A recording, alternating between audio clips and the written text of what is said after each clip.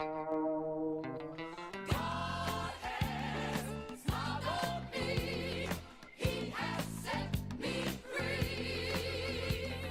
God has smiled on me.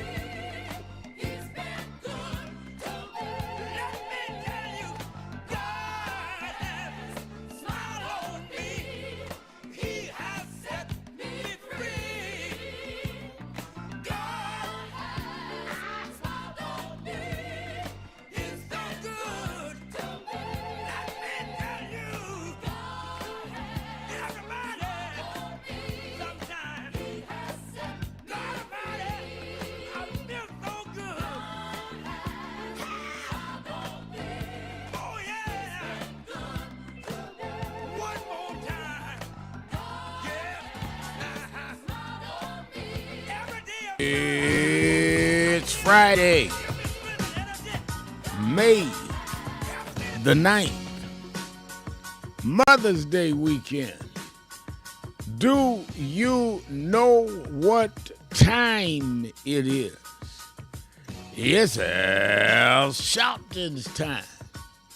And for the next 3 hours, it's time to put aside all pretenses, deception, denial, or fronting.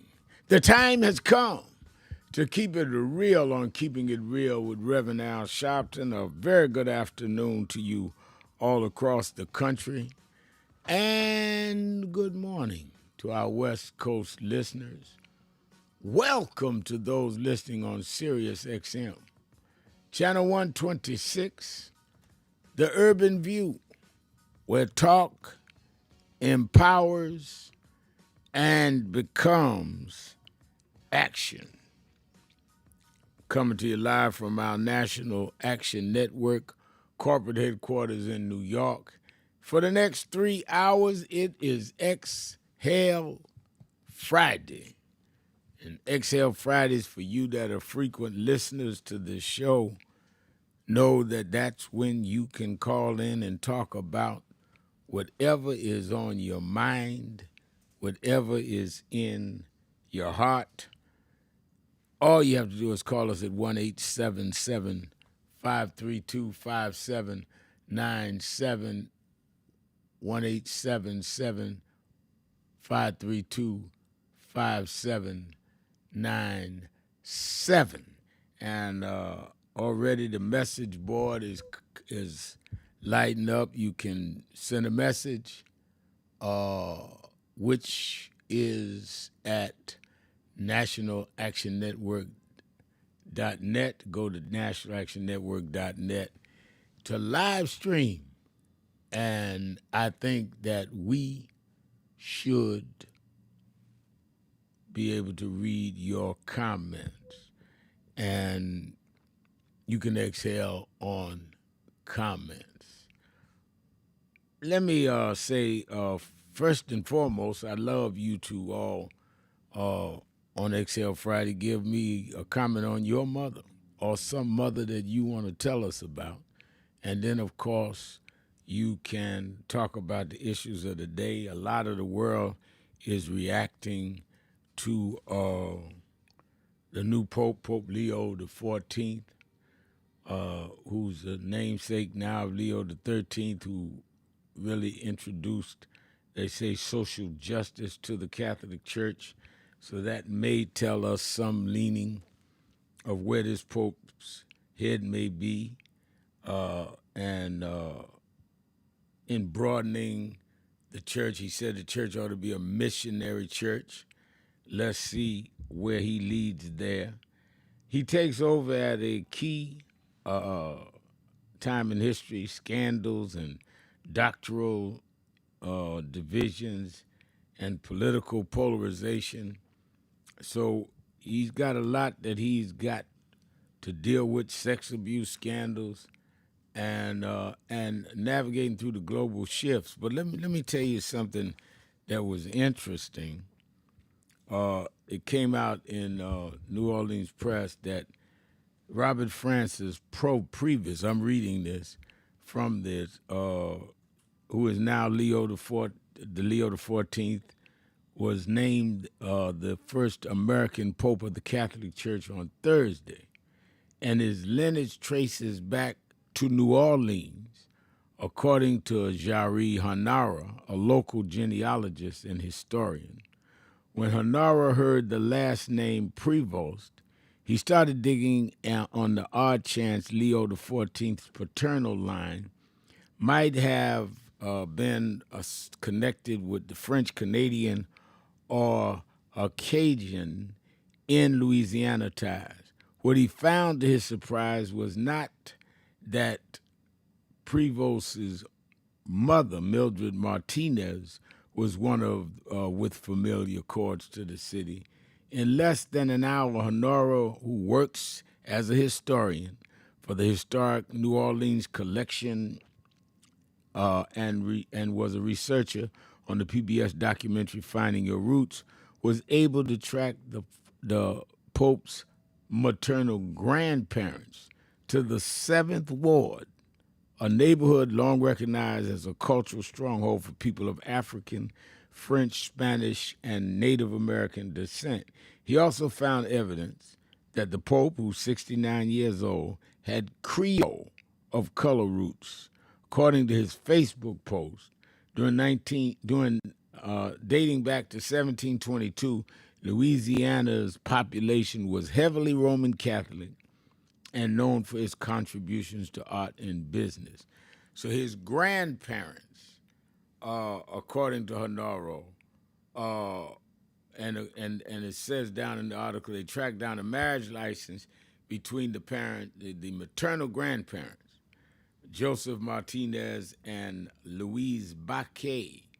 They were wed at Our Lady of Sacred Heart on Annette Street in 1887. Joseph Martinez claimed Haiti as his birthplace. Honora says, which could very well be true, given the back and forth that always existed between New Orleans and Haiti. So you may not only have the first American-born Pope, you may have the first one with some clear African American or African Caribbean heritage. Very interesting. We can talk about that as we talk about Mother's Day on this Exhale Friday. We also want to talk about how the Trump administration is trying to strip away legal tools to key civil rights enforcement. Trump has ordered an end to disparate impact liability and civil rights enforcement.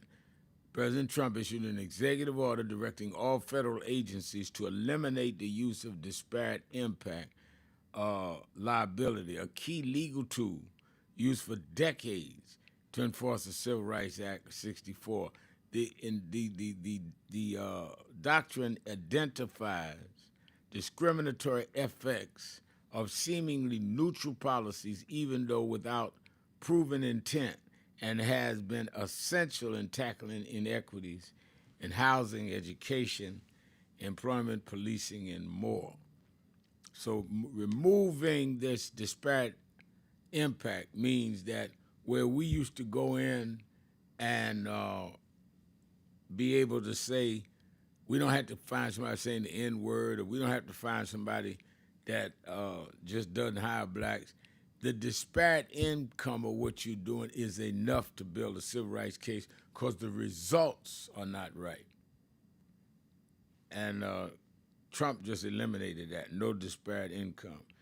His deal with the UK, announced this big deal he was going to announce with UK, and come to find out they would benefit more than the United States would.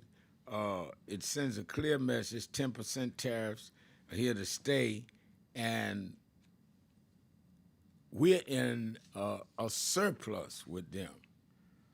He also has announced Fox News host Jeanine Pirro. Many of us knew her. She was the district attorney in Westchester County for many years. I dealt with her on some police cases. She went on from there to Fox News. He being Trump, has nominated her to be the U.S. Attorney in Washington, D.C. And Justice Sotomayor, who's a part of the Supreme Court, says lawyers must stand up and fight the fight. And that's, of course, she was speaking at the American Bar Association, and she called on lawyers to be resilient in the face of political and legal setbacks. And yesterday, Joe Biden was on The View. He takes blame for Trump's win and rejects reports of a cognitive decline. He said he's not declining, and he said that Kamala Harris lost because of misogyny, bias against women. A lot to talk about today, and Mother's Day. Don't forget, I want to hear about some mother. You might want to talk about your wife, your mama, your sister. Give me some mama, and then I'll talk. Of course, you can talk about the tariffs and the Pope and the removal of disparate impact, whatever you want to discuss. But don't forget to give me some good news about mothers. Let's take a break. We'll be right back. 1-877-532-5797. 1-877-532-5797. Or go to nationalactionnetwork.net and look on our live stream. You can send me a message. Keeping it real. Sharpton. Be right back. Keeping it real.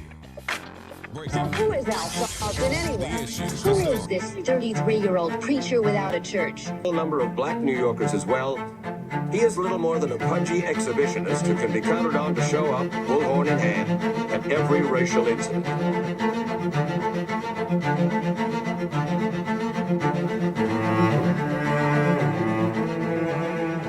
I often quote Mark Twain saying, "The two most important moments in life is the moment you are born and the moment you find out why you were born."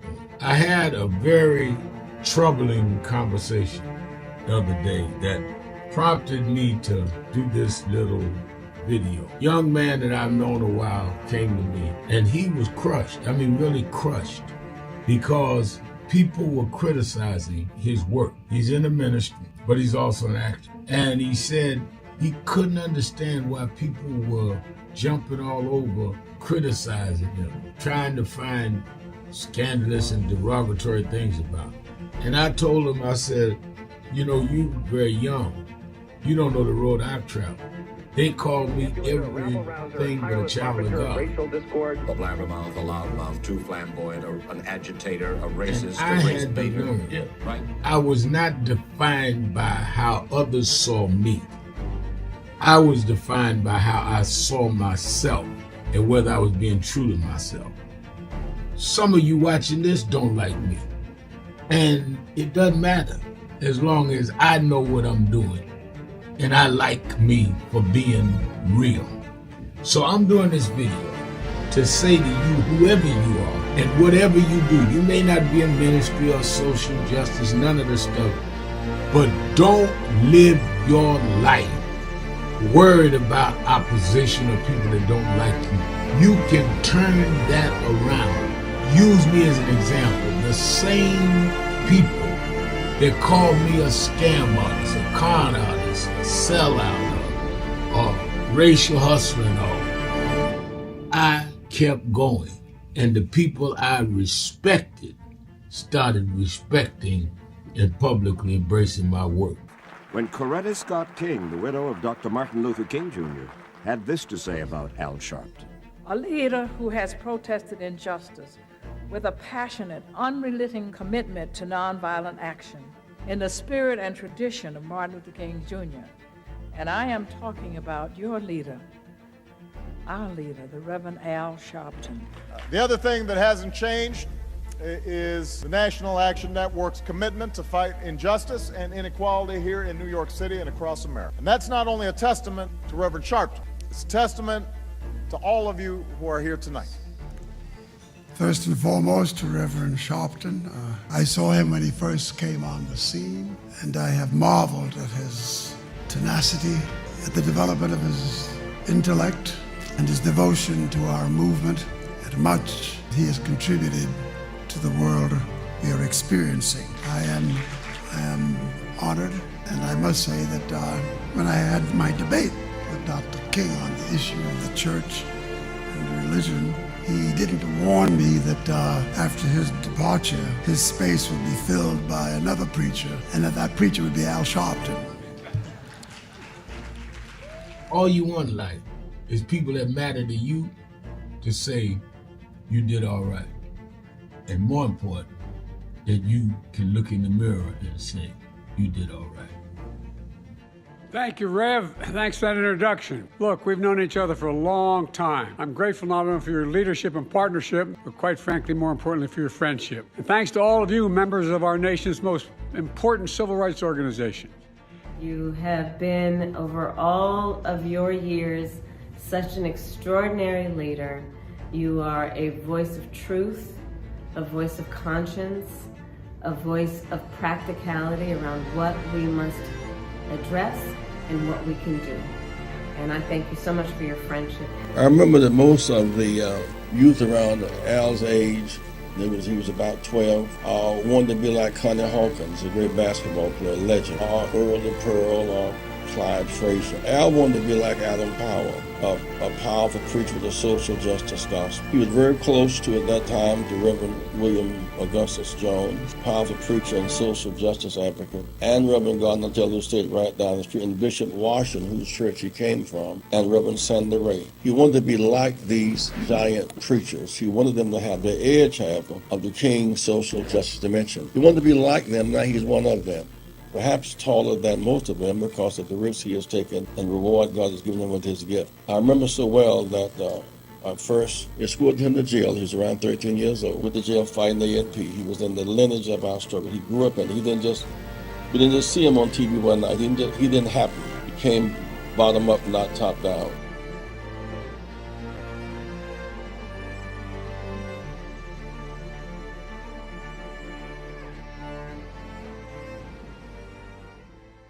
This understanding of building upon the foundation left by previous generations. But I think you've mastered that, Rev. You've mastered building upon it, but also getting the current generation to understand the importance of when you accept of the time, to whom much is given, much is not only required, but much is expected.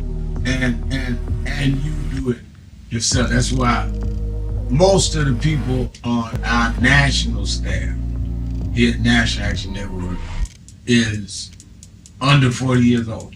You just turned 41. Most of them. Because I believe in trying to nurture and give young people a chance, because that's what you should do. And they're going to make mistakes. I make them. But then, at the same time, they got to respect those that went ahead to lay the path that they walking down. Otherwise, don't nobody, I said one Saturday morning at Raleigh, don't nobody urinate or piss on the tree roots but a stray dog. Because your roots is what is permanent. Your branches go with the seasons. Your leaves go with the season. The roots don't change. You judge the tree by the roots, not by the branches. We're all branches from trees that were grounded, planted, and rooted. And I'm a branch of the tree of the movement that I come out of. Somebody else, another movement. But how am I going to, all them guys ahead of me to know what they was doing? Well, I'm a branch on their tree. My life comes from the root. Yeah. That's good.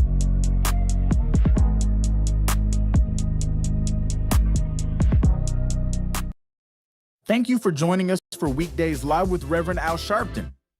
Take the time to share this broadcast right now. Tell your friends it's time to keep it real with Reverend Al. Comment your questions now in the chat or call Reverend Al Sharpton directly on air at 877-532-5797. Now stay tuned for Reverend Al. This is Reverend Al Sharpton. As you watch the broadcast, Support National Action Network. Go to www.nationalactionnetwork.net and be involved.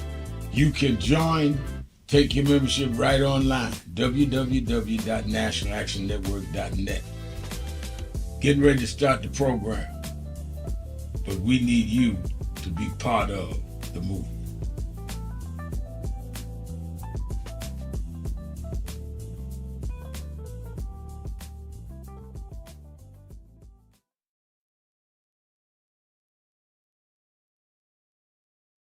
It's been a long time coming, but I know 1968, Dr. Martin Luther King was killed in Memphis, Tennessee. And it has been the commitment of National Action Network to always, in the month he was killed, to let them know they killed the dreamer. I have a dream today. They can't kill the dreamer.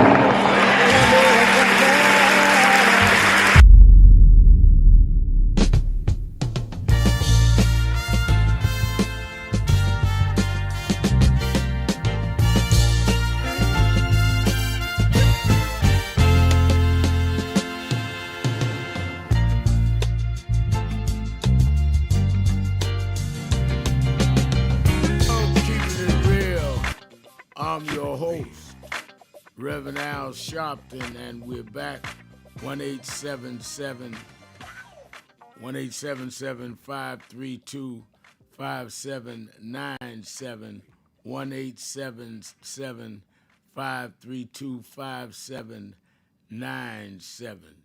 And it is Exhale Friday. We're talking about mothers, tributes to mothers, your mother, your wife, your sister, whatever, a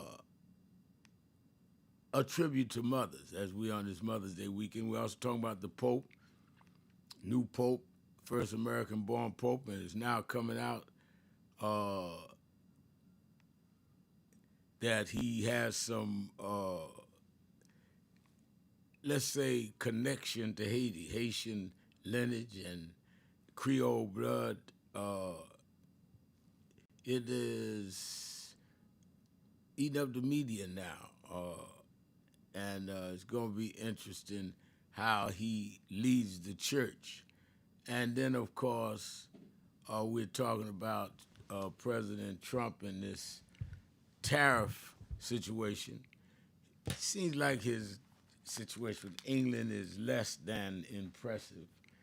And we're also, of course, talking about how he wants to end disparate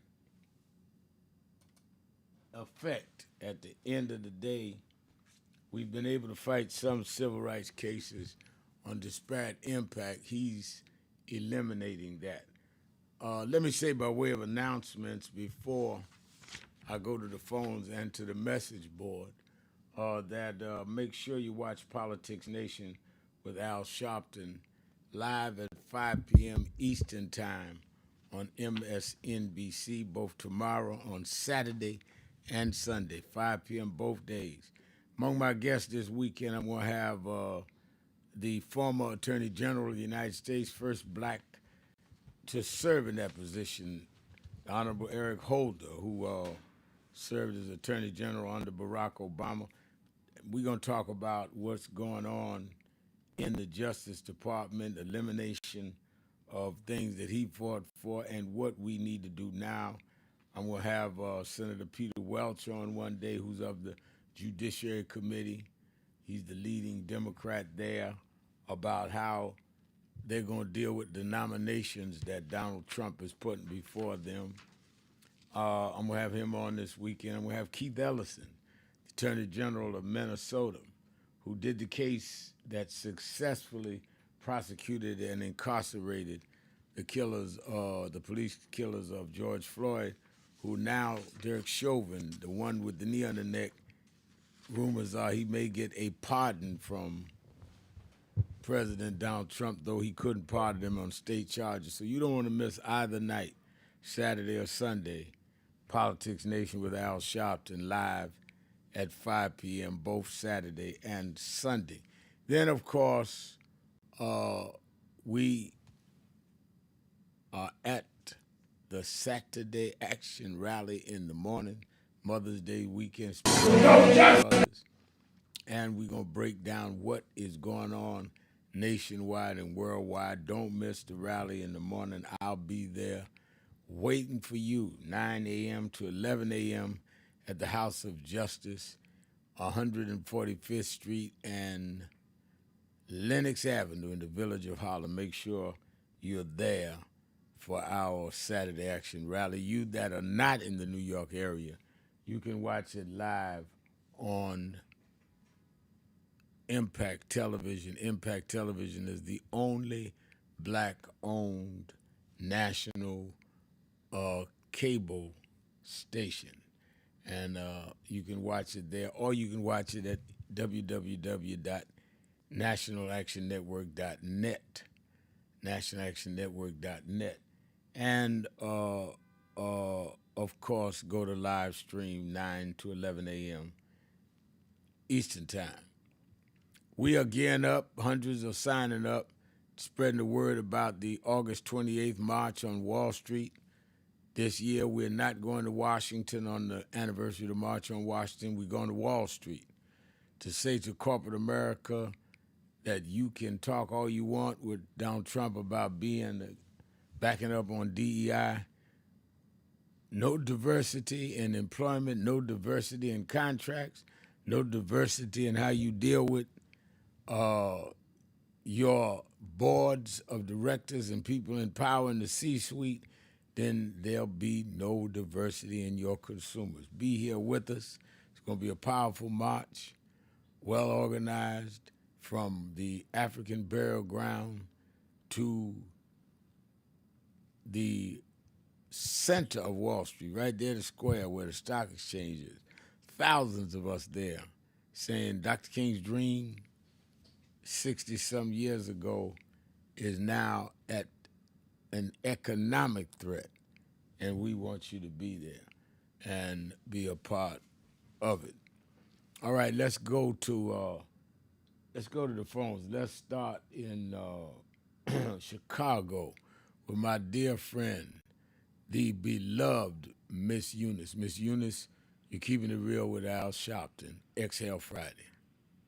Good afternoon, Rev. How are you today? I'm doing well. How are you? Wonderful. And, Rev, I just want to say God rest my mother's soul. She passed in 1991, and my mother instilled in me to do what's right, hold your head up high, and treat others as you want to be treated. And my mother was 14 when she married. I was born when she was 15, but she always had a motherly instinct. And I can't leave out my two grannies. They were instrumental in my upbringing also.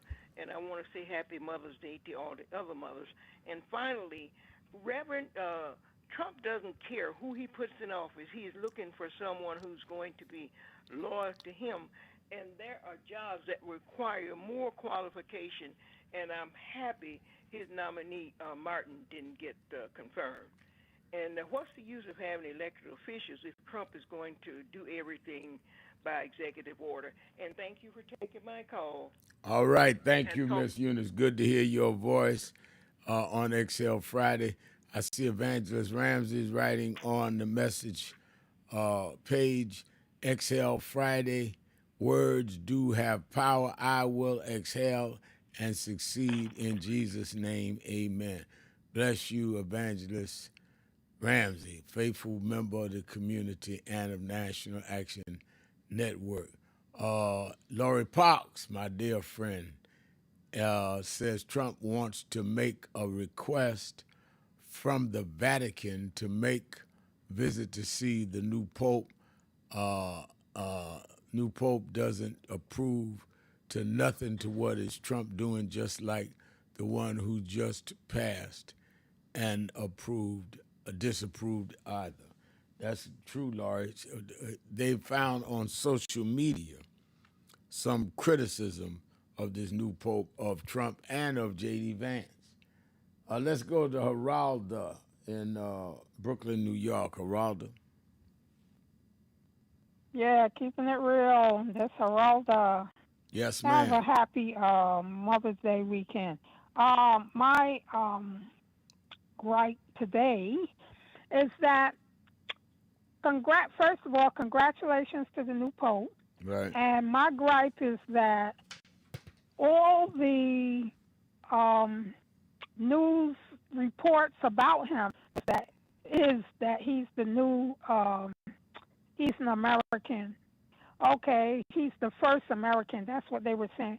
But he's not. And I want this to go out to all the 20-year-olds, because this is how these new media, they twist the truth.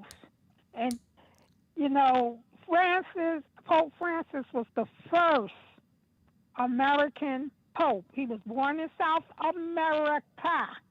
Oh, okay. This new Pope was born in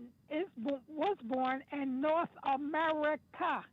Okay, the Gulf of Mexico could be the Gulf of Mexico, or it could be the Gulf of America. I got This you. is one land mass. This is one land Yeah, mass. that's true. And That's true. The good point, Geraldo. Let's take a break. It's Exhale Friday. Whatever's on your mind, whatever's in your heart, 1-877-532-5797. 1-877-532-5797. We'll be right back.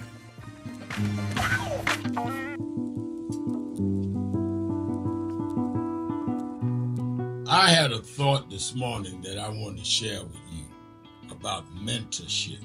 I am able to do a lot of what I do because I had great mentors. But there are correct ways and incorrect ways to mentor people, in my opinion. I was mentored as a boy preacher by Bishop F.D. Washington, one of the great Pentecostal preachers of his time.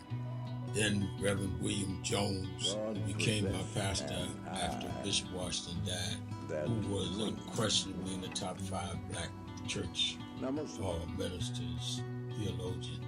Reverend Jesse Jackson, who I started my activism under his leadership, he and Reverend Jones. And I learned politics directly as a youth director from Shirley Chisholm. So even though I didn't finish college, I had the most unique education in the world from being exposed to giants. But the one thing I learned is as I grew older and people started coming younger than me and wanted me to teach and mentor them, the magic of the mentors I had is they did not want me to be their clone. They wanted me to learn things from them and use my own gifts and talents in my own unique way and let me do things on my own, because they knew that if I flopped in some things, it would teach me for the other things. They'll come and help me once I was down, but they were not going to have me avoid being down. And they were not going to impose themselves on me. Why am I saying that? Because too many mentors want clones, and too many mentees want their mentors to put them on a pedestal. Oh, so-and-so didn't do this for me. Oh, so-and-so didn't open doors for me. If they got to open doors for you, it may mean that they knew you weren't ready to go through those doors. Their job is to prepare you. Your job is to develop your own skills, your own unique ways. And I don't care if it's my daughters, who both have come into their own, or anyone else. I'm not a talent agent. I did not form National Action Network to give people their step up. I formed it to fight for justice for everybody. If talented people get in, it's my job to invest and give them a platform. It's their job to get on the platform and perform and show their ability. Sitting with me today in the office as I talk about it is one of my mentees, Reverend Stephen Marshall. Now, Stephen, you just came around us when you were how old? 11 years old. 11 years old. You just turned 40 and now you're called to the ministry? Yes, sir.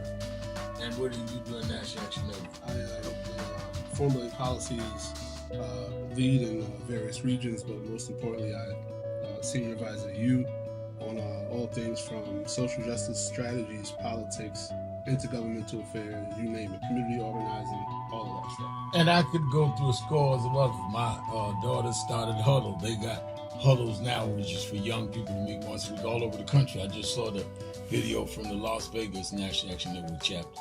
Now, when you decided to preach, did I ever tell you to become a preacher? Not one time. Who called you to preach? The Lord. All right. And did I say go to this school or that school? No, sir. Did I open this door, that door? Did I tell you be ready when the door's open? Always be ready and prepared. And that's what I'm saying. Get you some young people than you that you can help along the way. But don't be their talent agent. Their talent must speak for themselves. And anybody that grumbles with you about so-and-so didn't do something for them, maybe it's because they didn't feel you were ready, or that they felt if they did it, you wouldn't do it on your own. But we all don't live forever. I want the next generation to speak of me, of National Action Network, and others. The way I speak of Reverend Jones and Bishop Washington and Shirley Chisholm and Reverend Jackson. But I just don't want young people to feel that somebody ought to give them the reins of leadership or give them the reins of business or whatever it is you're in. You need to learn from their journey, get the pearls of wisdom from them, but don't have them do for you, because then it means you can't do it for yourself. No, just stand still. No, just stand still. No, just stand still. What do we want? What do we want? We are the sons and the daughters. We gotta stand up and make it loud. Just like our God told the Pharaoh, let my people go, go. We are a new generation from the ones who have come before. He's calling us into freedom. Let my people go, go. We don't shine, never shake. Give me a papa God, make the heavens. If you don't say you know what trouble, let my people go, go.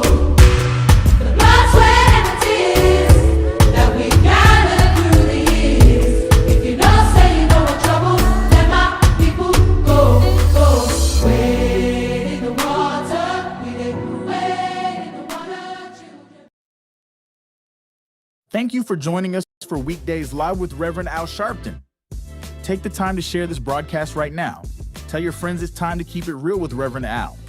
Comment your questions now in the chat or call Reverend Al Sharpton directly on air at 877-532-5797.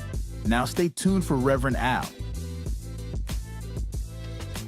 This is Reverend Al Sharpton. As you watch the broadcast, support National Action Network. Go to www.nationalactionnetwork.net and be involved. You can join, take your membership right online, www.nationalactionnetwork.net. Getting ready to start the program, but we need you to be part of the movement.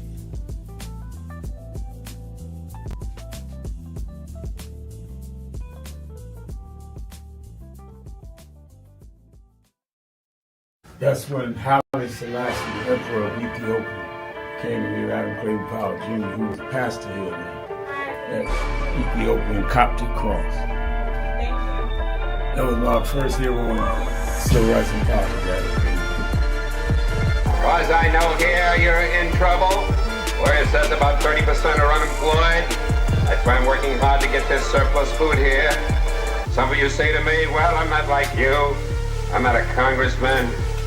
I haven't got education. I haven't got work. But you're a human being. And you know what you've got? You've got in your hand the power to use your vote and to use even those few cents you get from welfare to spend them only where you want to spend them. Real, I'm your host, Reverend Al Sharpton. Keeping it real. It's XL Friday, Mother's Day weekend. Let me go to Demetrius in Cleveland, Ohio. Demetrius. Hey, thank you, Reverend Sharpton. It's good talking to you. I just want to mention just a few topics concerning the new Pope that is selected. I hope that he stays independent. You know, don't be influenced by Donald Trump, because recently Donald Trump had a meeting with him and also on Vance. And even though he spoke against some of the policies of Donald Trump in the past, I hope he views still the same.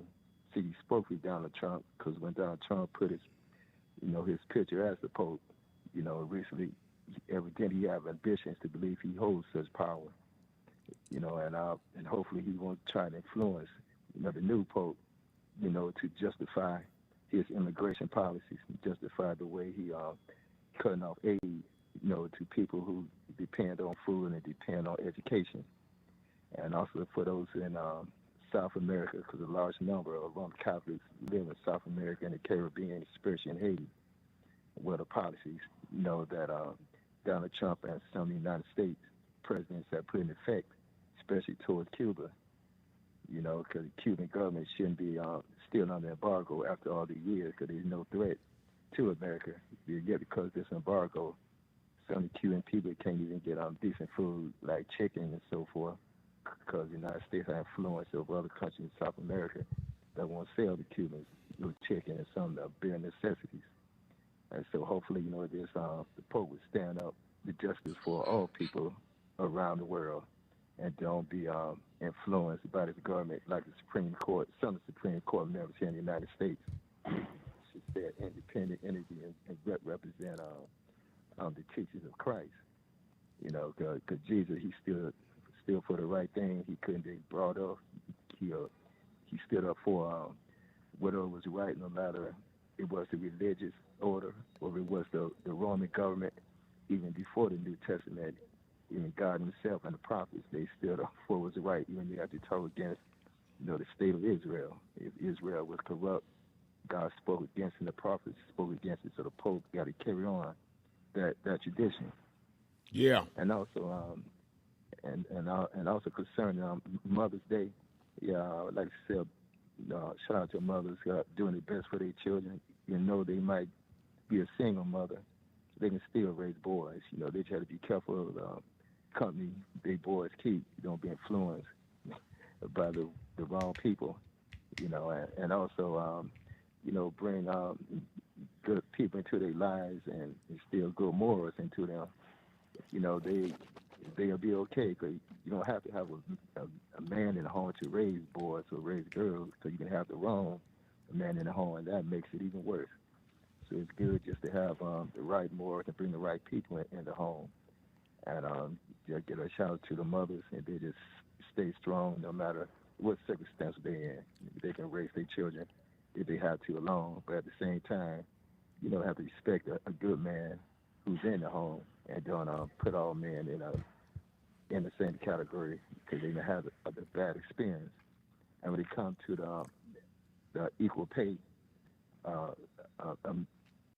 amenity that Donald Trump wants to take away, to me that's a sign that his administration is trying to get rid of any type of redress that people can use if they're not being paid properly on the job. So to me, that just going to widen the gap of unequal pay among the races, unequal pay among women and men. So it'd be difficult for people to have any type of grievance. So that's it. Give people an idea of what his aim is and what some big business aim is. If they want to pay people less money, only those who they deem should have a high salary would have a high salary. If it comes to racial discrimination, when it pay equally, they won't have no type of person can take it to court or go before the. Yeah, well, they would remove the basis of a court case. You're right about that. Yes, and I believe that's their aim. And lastly, with England and the United States treaty when it comes to trade, what they agreed on yesterday, I believe England have to make sure they don't be dissuaded, where they backing of freedom in Europe, especially toward the Soviet Union and the war with Ukraine, because Donald Trump leaning toward the Soviet Union in this war with Ukraine, and England got to make sure that they bag for freedom in Europe and not be dissuaded by the dollar bill, what Donald Trump trying to use when it comes to this trade deal when it concerns tariffs. Tariffs should be applied. Going to be a reduction among all countries, not just European countries, Now you got African countries as well who the terror is going to affect. You have the Asian countries. So it shouldn't just be the European countries that get any benefits. Okay, thank you, Sharpton. Appreciate it. All right, thank you. Time. Now have a great weekend, Demetrius. Let me go to Ozzy in Cincinnati, Ohio. The Buzz. Ozzy, you're keeping it real with Al Sharpton on XL Friday, Mother's Day weekend. Hey, Bishop, I'm going to keep it as real as I possibly can. You know, even though I'm blessed to have my mother around, I could say Happy Mother's Day on Mother's Day to her. My heart still goes out to all of the mothers who are missing their daughters who should become mothers one day. And I was told today on the radio station, local radio station, that I should go out. If I'm if I'm so interested in these young children missing, then I should go out here and start an organization. I say there's an organization that is started that has the power to make laws, create laws, enforce laws, and that's the Democratic Party. And all it takes is for more people to speak up about our children, the future mothers of our communities, missing, lost. And what's scary is that this time last year, the same amount of black young ladies were missing, which leads me to believe if there's no action taken, the same amount or more will be missing the same time next year. And so if there's not an outcry in our community about future mothers of our community disappearing off the face of the earth and nobody can find them, then what is our soul about? What is our biblical beliefs about?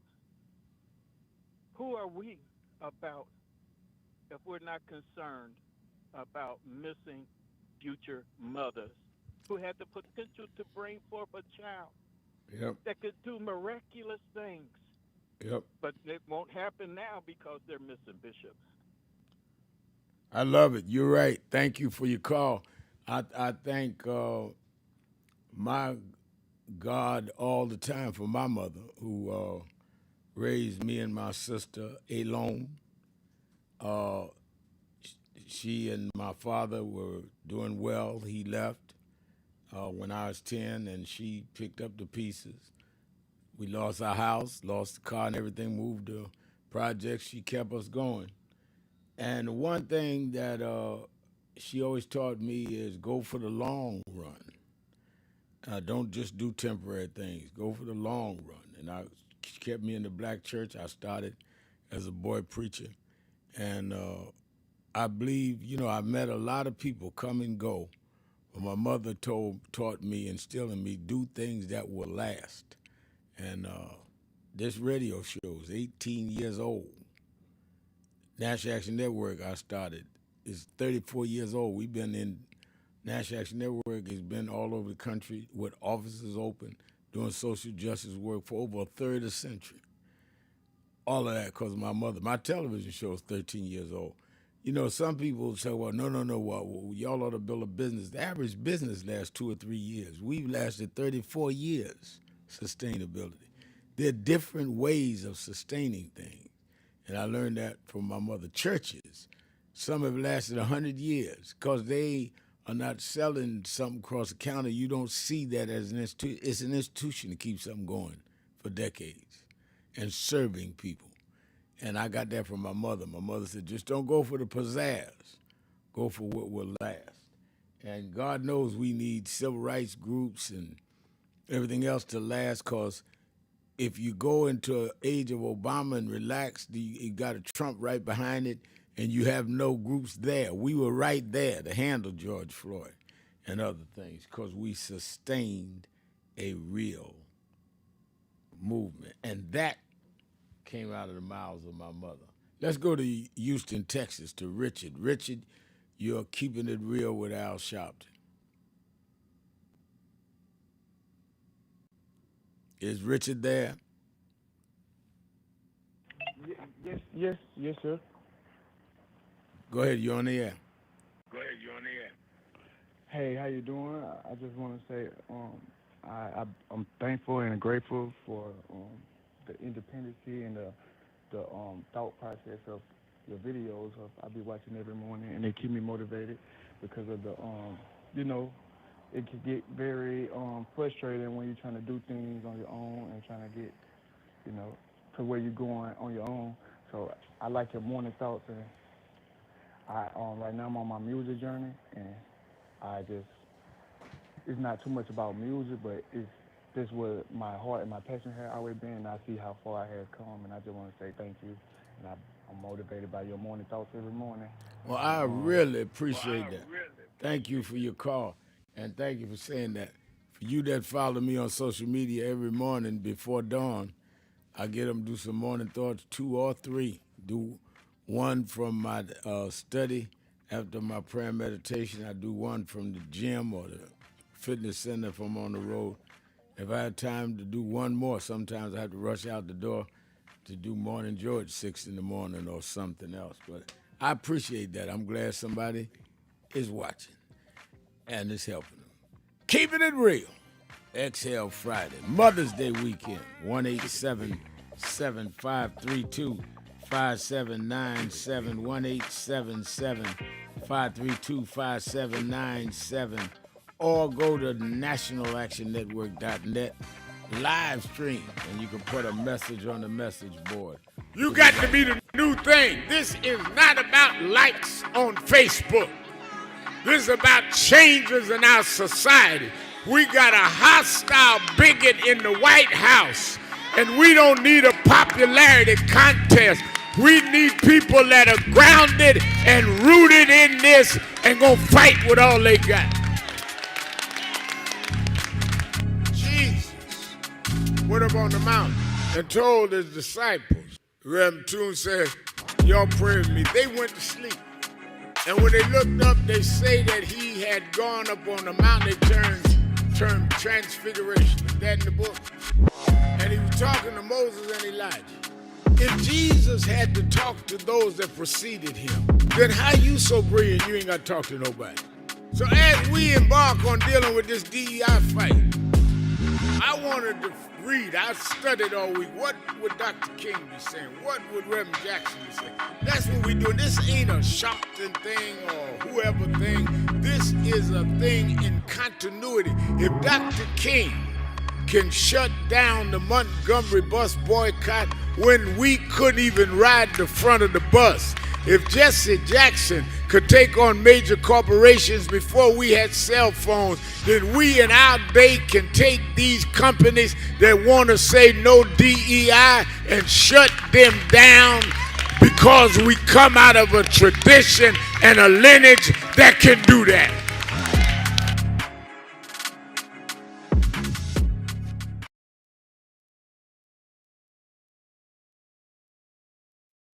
If you understand what faith is, you know, I'm a minister. Faith in the Bible is faith is the substance of things hoped for, evidence of things unseen. If you could figure it out, if you have a guaranteed result, if you have a planned strategic course that won't fail, that's not faith. Faith is when you can't figure it out, but you know it's right, and you're going to do it anyhow, even if you risk losing. Even if you risk ridicule, that's faith.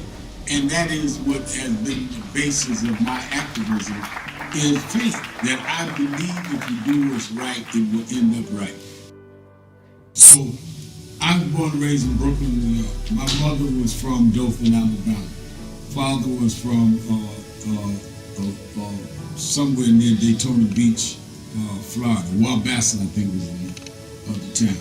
They grew up in rigid segregation. They couldn't vote, had to sit in the back of the bus. They came north as part of the migration, thinking they'd find a better way up north. They didn't know each other, of course, met in New York, got married, had 2 kids. I was the youngest kid. Their youngest son lived to be one that sat on the stage when the first black president was elected. To go in one generation, from them not being able to vote, till 2 generations later, their son is working with President Obama, gives me faith.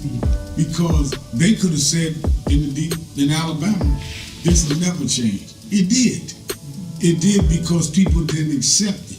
And just as if I told my mother, if I was an angel and had flown down to Dothan, Alabama in 1950 or whatever year she moved north, and told her there's going to be a black president one day, she would say I was crazy. You got to be able to see what's not apparently there and make it happen.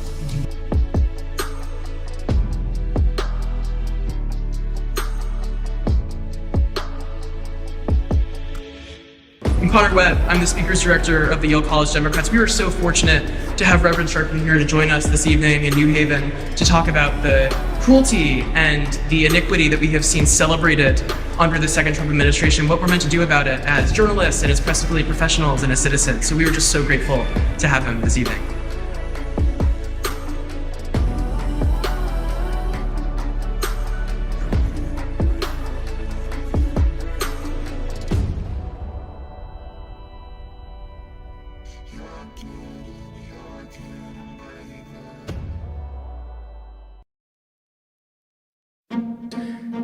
Look at the story. We celebrated Good Friday and Easter just a couple of weeks ago. Well, there's a message in that. I heard a preacher talk about this the other week. The thing that people forget, I want you to keep this in mind, is they crucified Jesus. Those of us that are Christian believe they hung him on a cross, maligned him, mocked him. Wasn't enough to nail him. They mocked him, saying if you be the king of the Jews, step down and deliver yourself. Mocked him.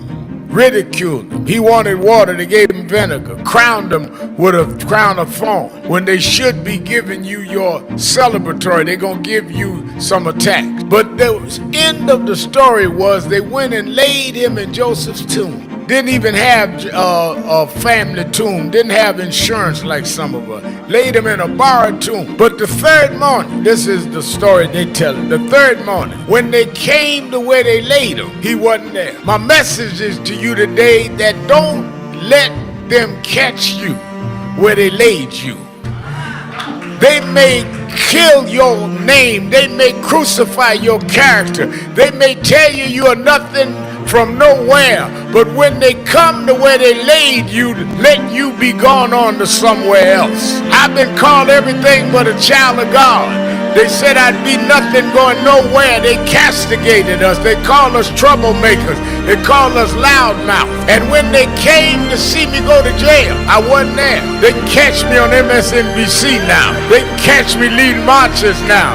I serve a God that not only will go through the crucifixion, but will bring you through the resurrection. We're going to resurrect in the city. Stand up, black man. Stand up, black woman. This is our time.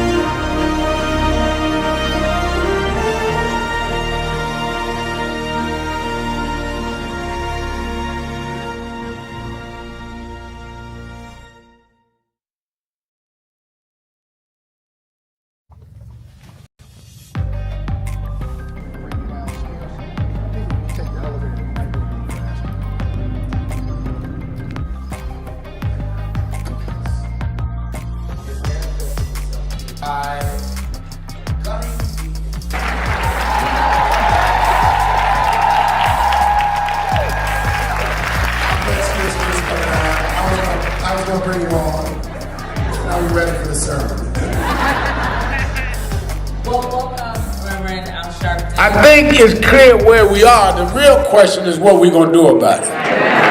The only question is whether we going to get up and do what we supposed to do. They never knew what a cell phone was. They took a telegraph machine and a rotary phone and broke down the walls of apartheid. And we're sitting here with Instagram and Facebook and TikTok and 2 cell phones in your pocketbook talking about what we gonna do.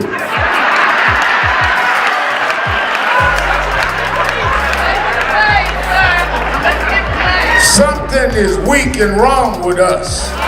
If we got 17 ways to communicate, and they only had one way, yet they could pack out rallies every night. They could shut down bus companies.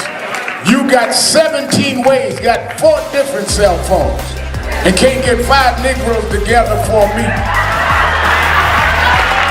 And we must have the self-respect. This ain't about whether you are militant or moderate. It ain't about what organization you.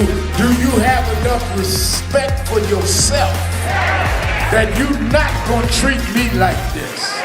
We built this country. We shed blood for this country. We put it on our back.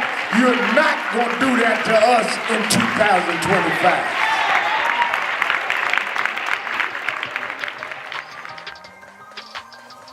Thank you for joining us for Weekdays Live with Reverend Al Sharpton. Take the time to share this broadcast right now. Tell your friends it's time to keep it real with Reverend Al.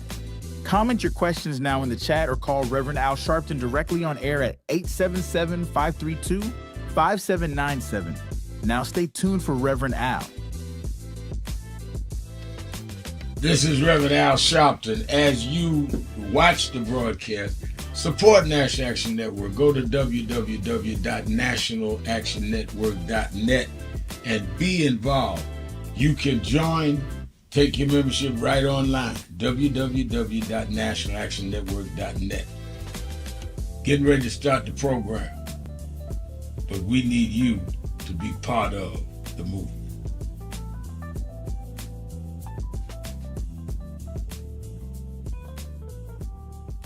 Statement I make, but you cannot call here and tell me don't question the statement you make, brother. Brothers gonna work it out. Be a part of the conversation. Just keep it real. Live from the National Action Network corporate headquarters in New York, keeping it real. It's XL Friday. And now, America's #1 civil rights leader, the Reverend Al Sharpton. You're live, sir. Keeping it real. Keeping it real. I'm your host, Reverend Al Sharpton. Don't forget Politics Nation with Al Sharpton is going to be live and kicking this weekend. You're going to want to be both nights, Saturday and Sunday, over this weekend, 5 p.m. Eastern Time, both nights. Among my guests this weekend will be Eric Holder, the first black Attorney General of the United States, assessing where we are under Trump, what they've done to the Justice Department he headed up under President Obama, and what he advises we do now. We're going to have him on. We're going to have Senator Peter Welch on about, he's a member of the Senate Judiciary Committee, how they're going to deal with Trump's nominees for U.S. attorneys and for federal judges.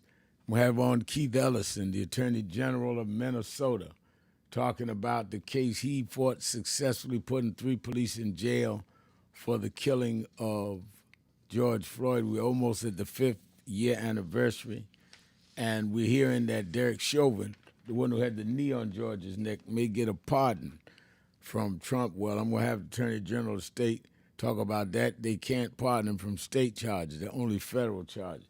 Don't miss Politics Nation with Al Sharpton live this weekend. And, of course, Saturday and Sunday. I'm live both nights, and those are among my guests. You that are in the New York area, meet me or beat me to the Saturday Action Rally at the House of Justice, 145th Street and Lenox Avenue in the village of Harlem. I'm there 9 a.m. to 11 a.m. looking for you. You that are not in the New York area, you can watch it live on Impact Television, the only black-owned national gospel cable network, or you can go to www.nationalactionnetwork.net, www.nationalactionnetwork.net, and watch it on our live stream. And, of course, you that are helping us spread the word, August 28th, be in New York for the massive march on Wall Street, where we're fighting back, standing up in a dignified but strong way to the corporate world, saying we coming to Wall Street. We're going to march a mile from the African heritage, the African burial ground where our ancestors was buried. That was where the one of the two major ports they brought us in enslaved. We're going to march from there to Wall Street, right there where the stock exchange and other things are, and put the corporate world on notice. In order to sign up to get my weekly, and today is Friday, you'll get one today, message, paragraph on this is what you ought to be saying to people, why they ought to be part of the march. All you have to do is sign up at www.nationalactionnetwork.net, www.nationalactionnetwork.net, and we'll send you every Friday evening a paragraph so you can talk in your home, in your church, in your sorority, your fraternity, your social club, your bingo club. Look in here, this is why we need to be on Wall Street August 28th. All right, let's go back to the phones. XL Friday, Mother's Day weekend. We're getting some Mother's Day tributes as well as other comments. And I'm trying to go back up. There was one who talked about Demetrius and getting so many comments. All right, it says, Crystal Glover says, Demetrius has the kind of voice that you could listen to all day. You let him get 5 or 6 topics in. Maybe it's just that when I call, it's a tight time because I don't get to flow like him. But I understand. Well, I'll tell you what, Crystal, call. I'm going to let you flow if you got something to say. I only cut people off when they just go on conspiracy theories and Martians and all that. But you got something to say, call right now. 1-877-532-5797. Let's hear what you got. All right, let's go to Raj in Cleveland, Ohio. WERE. Raj, you're keeping it real on XL Friday. Hey, Reverend, thanks for taking my call. How you doing today? I'm doing well. How are you? Okay, all right, thanks. Yeah, I want to give a shout out to all the mothers who, whether they coupled up or not, married, single, just, have it in their heart to do a good job or just, whether they're considered, nobody's perfect, but it's to me the effort and the what's in their heart that really counts. And something that concerns me that I used to say is not getting enough attention. It's starting to get more attention now. Is the mothers who abuse and assault their children, right? Even dads, And I've seen this big. It was like I don't know what it was, but it was some sort of gathering they had downtown at the county building, and they were all standing outside. All these, most of women with blue shirts, and I asked one of them what was it, and I mean it was like they had the whole corner sewed up, and she was saying it was about child abuse, and I was like, wow, and that was about a month ago. But I was before I talk, I really want to talk about Trump's economy, but I wanted to say something first. The thing about the real ID they coming out with? Right. See, okay, there's a fine line between, safety, having IDs and all that for safety, and restrictions on travel on the common citizens, because in the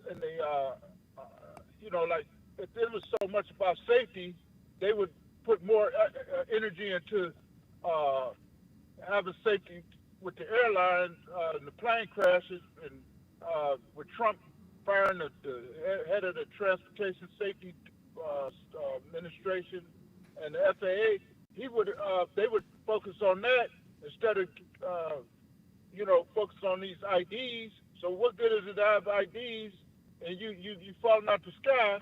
See, and that's why I think it's more of a restriction, because the right to travel is baked into the Fifth Amendment of the Constitution, and it's strengthened by the 14th Amendment of the Constitution. And, so that's all I want to say about that. But, this when you was talking about the cuts that Trump wanted to eliminate the disparity impact. Yeah, disparity impact. That goes hand in hand with everything else he's cutting, because the bottom line and the end game, just like with the tariffs, just like with the corporate tax cuts, and like all the insurance companies, when they manipulate their rates, and the energy utility companies, when they arbitrarily manipulate their rates, when nobody can really track why they're doing it and how they're doing it, it's all designed to shrink the economy. And like they said, they'll say we need small government. Government's too big. But that's, instead of saying, well, we want to just eliminate the minorities and take the minorities out of the economy, and people we don't, demographics we don't want to be accounted for in the economy.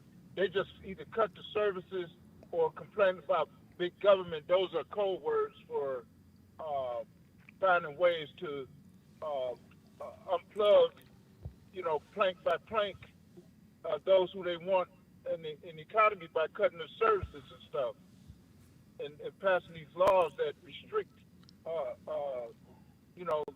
the participation of those who they don't want in, because they can't come out and say black and white like they used to, Negro. Right.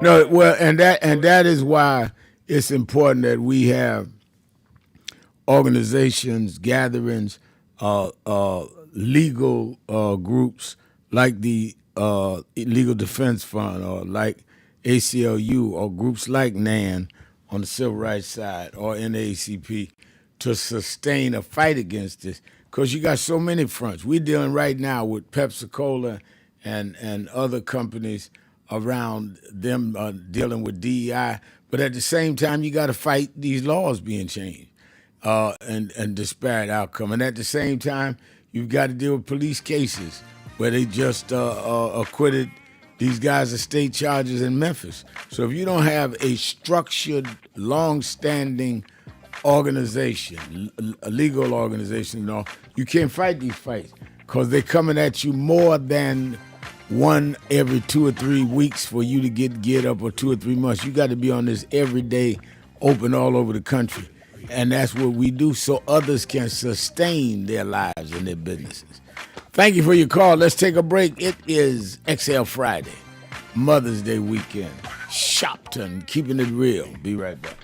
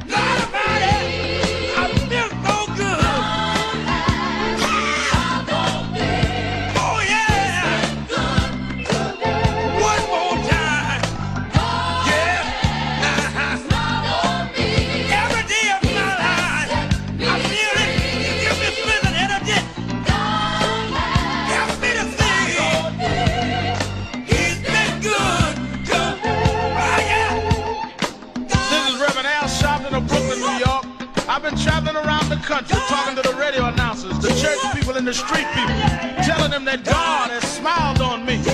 God has smiled on you if you got breath in your body, if He woke you up this morning and started you on your way. But I want to tell you some stories of people that God smiled on. We know the story of Dr. Martin Luther King, how he started way back in Montgomery, Alabama in 1955, trying just to get dignity, trying to get respect. And he went all the way to the mountaintop. But he didn't forget about the brothers in the valley. He didn't forget about those trapped in the alley. And I hear Brother Martin King say, God has smiled on me. He's been good to me. Let me tell you, God has smiled on me. It's been so good.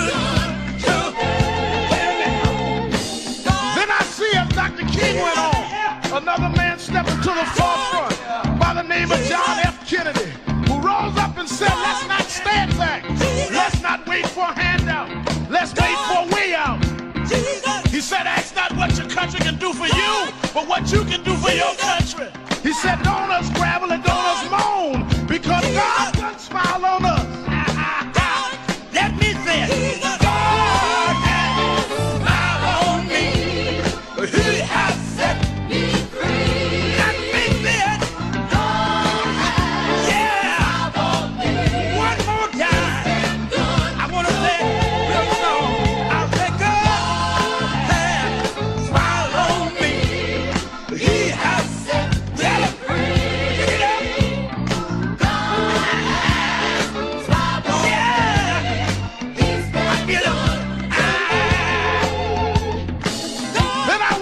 Backstage at the Apollo Theater, and I saw a man come out.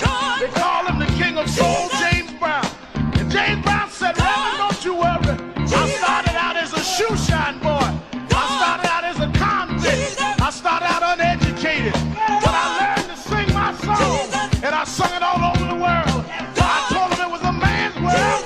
I told him about the big payback. I told him Papa got a brand new bag. And all over the world, they can hear my voice. But Reverend, don't you frown. Don't you bow your head. Tell him what you told me, Brother Brown. I said, now God has smiled on me. He has set me free. Yeah. He has set me free. God smiled on me.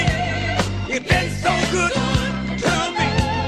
Then I went home and I told my mother what Brown told me. And she said, son, even though we don't have much, we don't need relief. All we need is belief. And she said, he didn't tell you no lie, because the Lord will take care of you. God sits high, but he looks down low. And every time you get discouraged, every time you're burning down, all you have to do is think of the things that God made a way for you and look toward the heavens. Lift your eyes to the hills and say, God, God, God, don't smile on me. Now then, the God has smiled on me. He has set me free. God has smiled on me. That has been so good to me. Yes, he has. I say, God smiled on me. He has set me free. And I know all over the country, smile on me. We need jobs. We need a way to make it. We need help. We need jobs. We need a way to make some money to feed our families and raise our bread. We need a way to survive, so we don't need crime as a survival kit. We just need a little bit. But don't give the hope up. Don't lose the faith, because God will smile on you. God will give you the strength. God will make a way for you. Adam Great Power said, keep the faith. Keep the faith, baby. I hear Robert Kennedy saying that it's not the dream of, but it's the dream that'll live on forever. Just know that God will smile on you. Dr. King had a dream. Dr. King said, I went to the mountaintop, but I didn't stop there. I looked over and saw the promised land. I hear Brother Malcolm saying, don't sit on the stoop. Stand up and be a man. Respect yourself. Be somebody. Then I hear the brothers in the Hispanic community say, I'm going to stand up and be a man. I'm going to do the best I can. I had a reaper say, I don't care what time you come home, but just give me some respect when you get there. Lord, now God has smiled on me. He has set me free. God smiled on me. You've been so good to me. Sit down. And as we move on in history, let us remember that if we look to God, God has the answer to all of our problems. God is still the same God he was years ago, and we can still make it. We can still hold on like Frederick Douglass did. We can still keep him on like Martin Luther King did. We can still ride on the way everyone that made it did. They didn't have much, but they had a whole lot of faith. They didn't have money, but they had a lot of determination. We know that God will look out for his children, that God will make a way out of no way. If you just keep the faith and refuse to lose, and God will make a way, because God's children don't have color. God's real, and I can still hear somewhere in my mind James Brown say, God has smiled on me. He has let me free. Let me sing here. Yeah, Lord. Yeah, Lord. Yeah, Lord.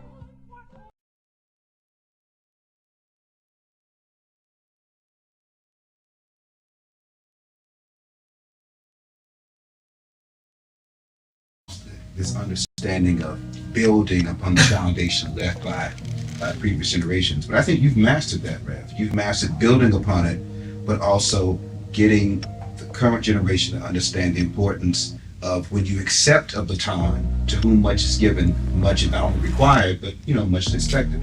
And you do it yourself. That's why most of the people on our national staff here at National Action Network is under 40 years old. You just turned to 41. Most of them. Because I believe in trying to nurture and give young people a chance, because that's what you should do. And they're going to make mistakes. I make them.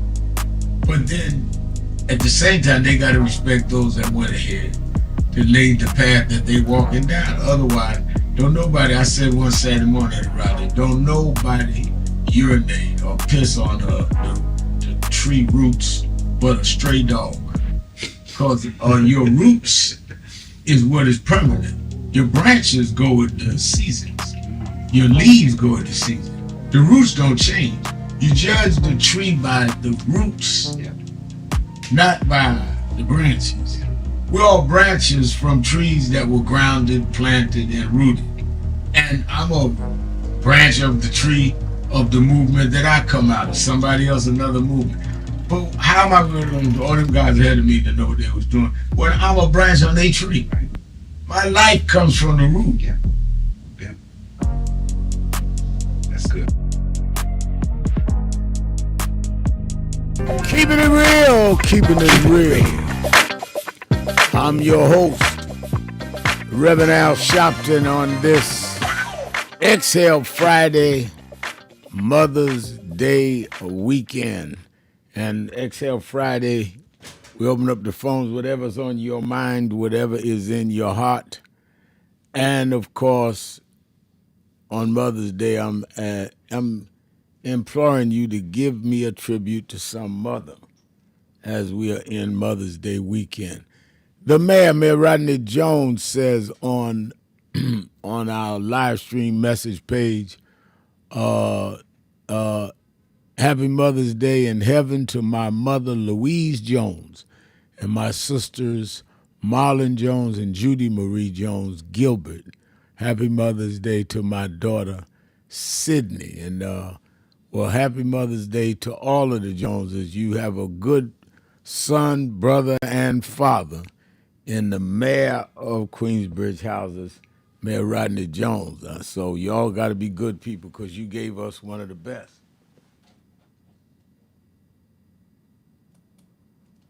And I'm looking forward to seeing him in the morning at the rally.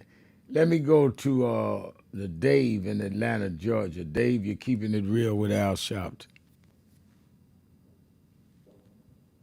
Hey, thank you for taking my call. So I'm watching this whole Pope thing, and I can tell you, it just looks eerie. I'm not sure. I really believe at some point, as Black people in this world, we're gonna have to leave this religion. This religion is not helping us. These people look like a bunch of KKK people in there. They have all kind of allegations about molestation with children. Do we forget that? And we applauding it. We applauding this. Some kind of spiritual ritual foolishness, and we actually sitting here call and champion for this. Well, I think that people had a right to worship the way they want. They could call the things that we go through in the Baptist church or in the mosque. All of us have rituals. So I think that for us to condemn one ritual, if I go to a Pentecostal church, they have one set of rituals. I go to a Baptist, something else. There's AME to something else. If I go to the mosque, something else. So I don't think that you could call rituals nonsense. If that's how people want to worship, that's how they want to worship. They're not Wait, bothering you. so when someone pays off allegations or to remove them from sleeping with children, Then that's criminal. They ought to go to jail. That ain't got nothing to do with the ritual. That's criminal. They ought to go to jail. Yes. And why are we following this? I don't know that we are. I'm not. I think that a lot of us are fighting that, whether that's in the churches or in the cathedral. Wait. You can't just don't make. Wait a minute. You can't put out something. You said to me, "Why are we doing so?" And when I answer it, you screaming and hollering about we got to wake up. I'm answering your point. We should prosecute anybody that does that.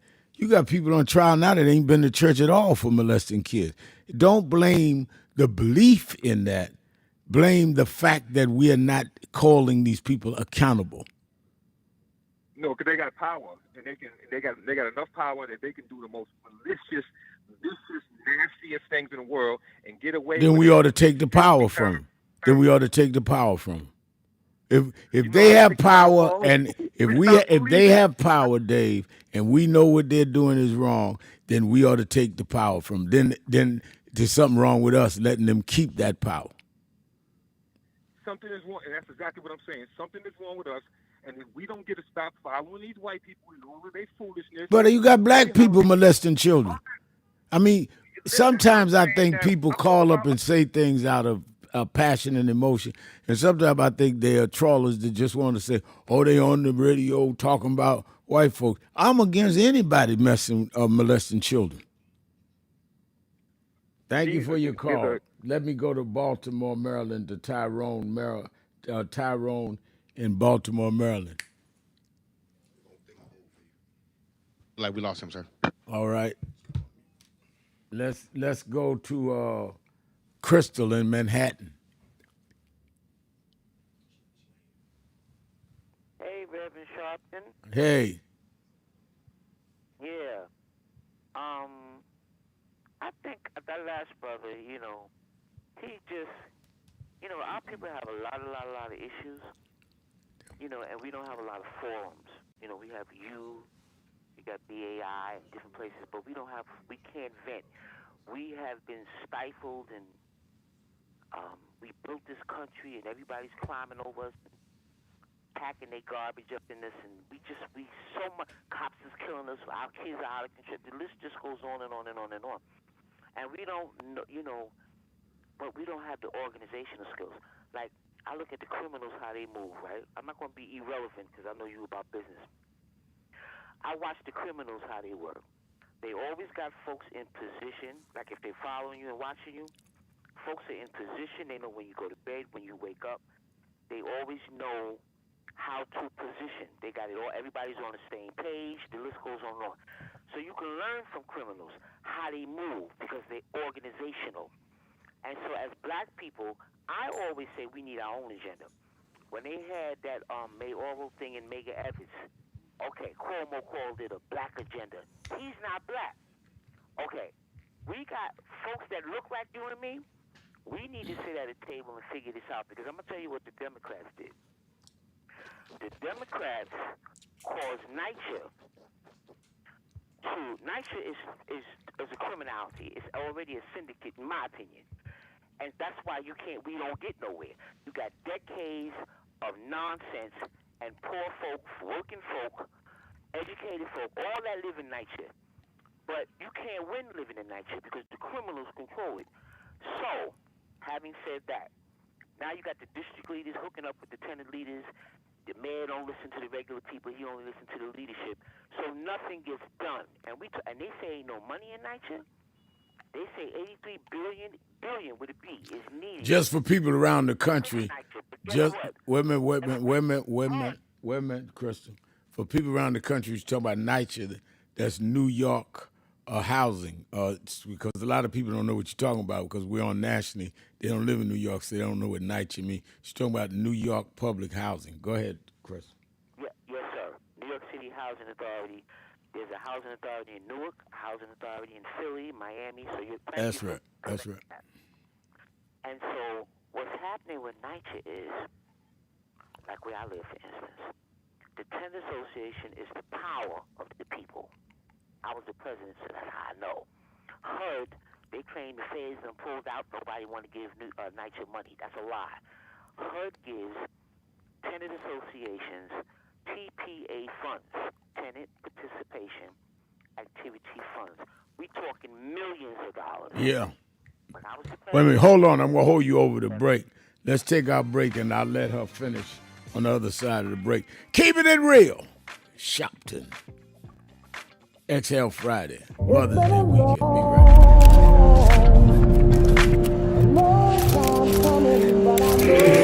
1968. Dr. Martin King was killed in Memphis, Tennessee. And it has been the commitment of National Action Network to always, in the month he was killed, to let them know they killed the dreamer. Because I have a dream today. And they can't kill the dreamer.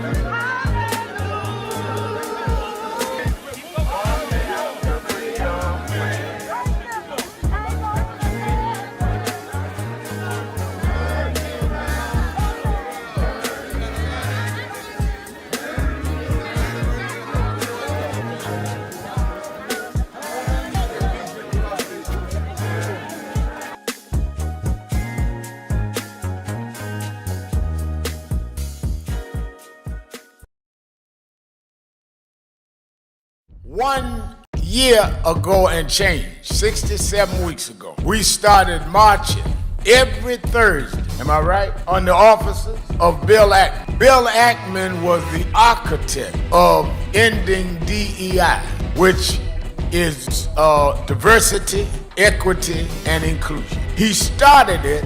I want to give a little history because a lot of people get Negroitis and get confusion. I don't even mind your ego. Everybody need one, but you don't have to become contrary and duplicitous. We got to have integrity even among those with ego. So we started when they first came out against DEI. Now Ackman and them started it going to Harvard University, forcing out the first black woman and first black president of Harvard. We went to his office and been going 67 weeks. I went first 10 to 12 weeks. And this brother, stand up, Reverend Ron McHenry, coordinator House of Justice. This brother has been there every week. Many of you here in the audience have marched every week. So we didn't just get in this. We were in it the day they came at Claudine got. Last year's convention, we dealt with DEI. This year we said that we're going at these corporations that had come out against DEI. Many of you, most of y'all I'm looking at was at the convention. And we hit Pepsi. Pepsi called and said, all right, we 8-9 days in, we agree to meet. And we went, purchased New York. Chairman of our board, Reverend Dr. W. Franklin Richardson, and Carol Wallace, who's a special advisor to us on finance, and laid out to them that one, we don't care what you call it, DEI, IED. Y'all are gonna keep your commitments in terms of the black community. And that means we don't want special privilege, but we do not want to be specially excluded. This is not about we don't want merit. We feel if our people are at the table, we can beat anybody on merit in many cases. So we want from employment to your board, to how you deal with marketing, to who does your financial investment. We want to go across the board with that. Otherwise, if you don't want to deal with the question of diversity in how you do your business, then don't deal with diversity in your consumer base, because you don't believe in diversity. So we just will try to remove all the dollars we can from buying your stuff. In fact, I told the chairman, maybe the chairman of the board, maybe the CEO, I said, in fact, I learned that not from growing up in civil rights, I learned that from Donald Trump. I said, what do you mean? I said, Donald Trump says he's gonna redo tariffs, that if he doesn't get what he wants for the country, they were gonna raise the tariffs. I'm doing the black tariff reverse. If we don't get what we want, I mean, y'all can't be for Trump and tariff and not be for us in the African American community with a tariff.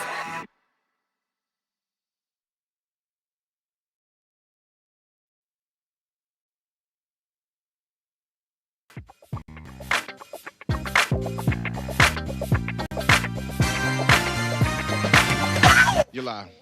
Keeping it real, keeping it real. I'm your host, Reverend Al Sharpton, and we're back.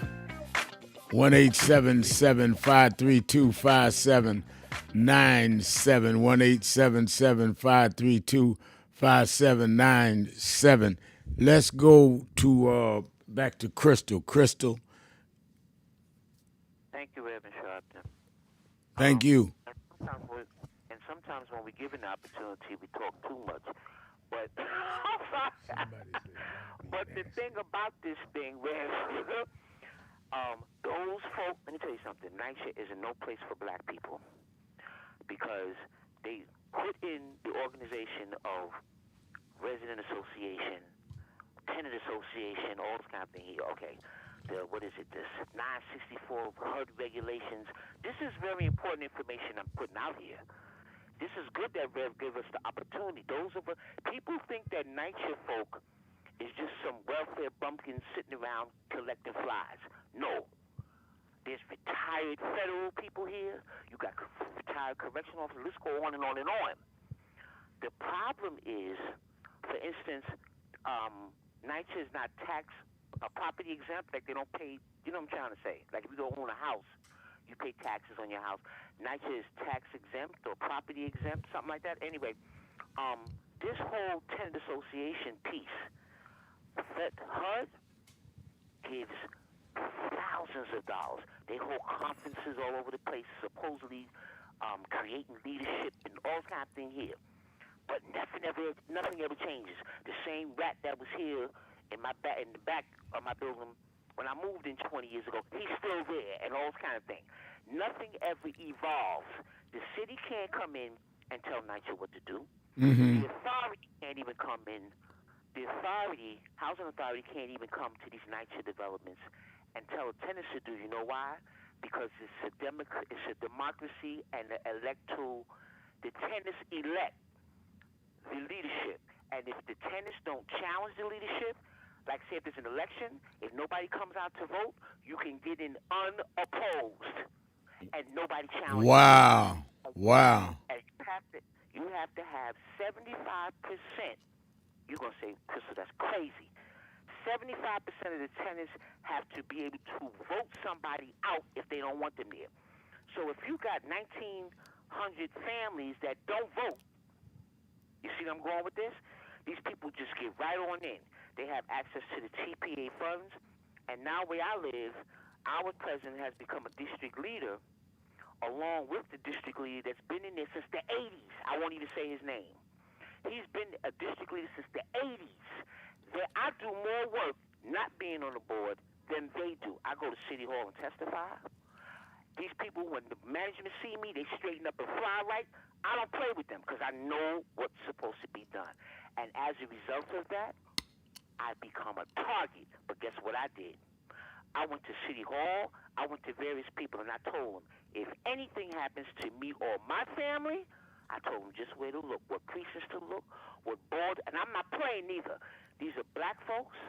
If we don't stand up and do something, you see what I'm saying? Because people, I go to meetings, they want to disrespect me and call me out and do this and that to me and all this kind of thing here because they know.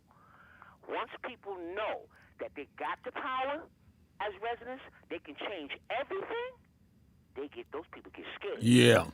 The ones that want to keep us oppressed and keep us down and raggedy, and the list goes on and on and on. And so I thank you for this opportunity to speak because. All right. Well, I thank you for speaking up, and you stay right on it. I appreciate people that go to work and get things done, not just just vent, but get out there after even. All of us got something we mad about, but then what we gonna do about it? And you certainly, Crystal, has been that. Thank you for your call. Let me go to the message page. Murphy Noreen Murphy. I said, Mr. Al isn't begging you to be on here. Why be nasty and rude? These are people who are trying to get something done. Take that negative spirit somewhere else. Mr. Sharpton will not be mad, and neither will any of the rest of us who are looking for change. Take that nasty negative talk elsewhere. People came here to get answers, not hear people be nasty against Mr. Sharpton. Take negativity anywhere.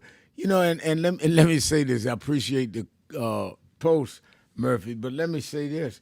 I don't have a problem with people being disagreeing with me or being negative. I have a problem when you want to say something and then when it's responded to, you want to jump to something else and not deal with what your point was.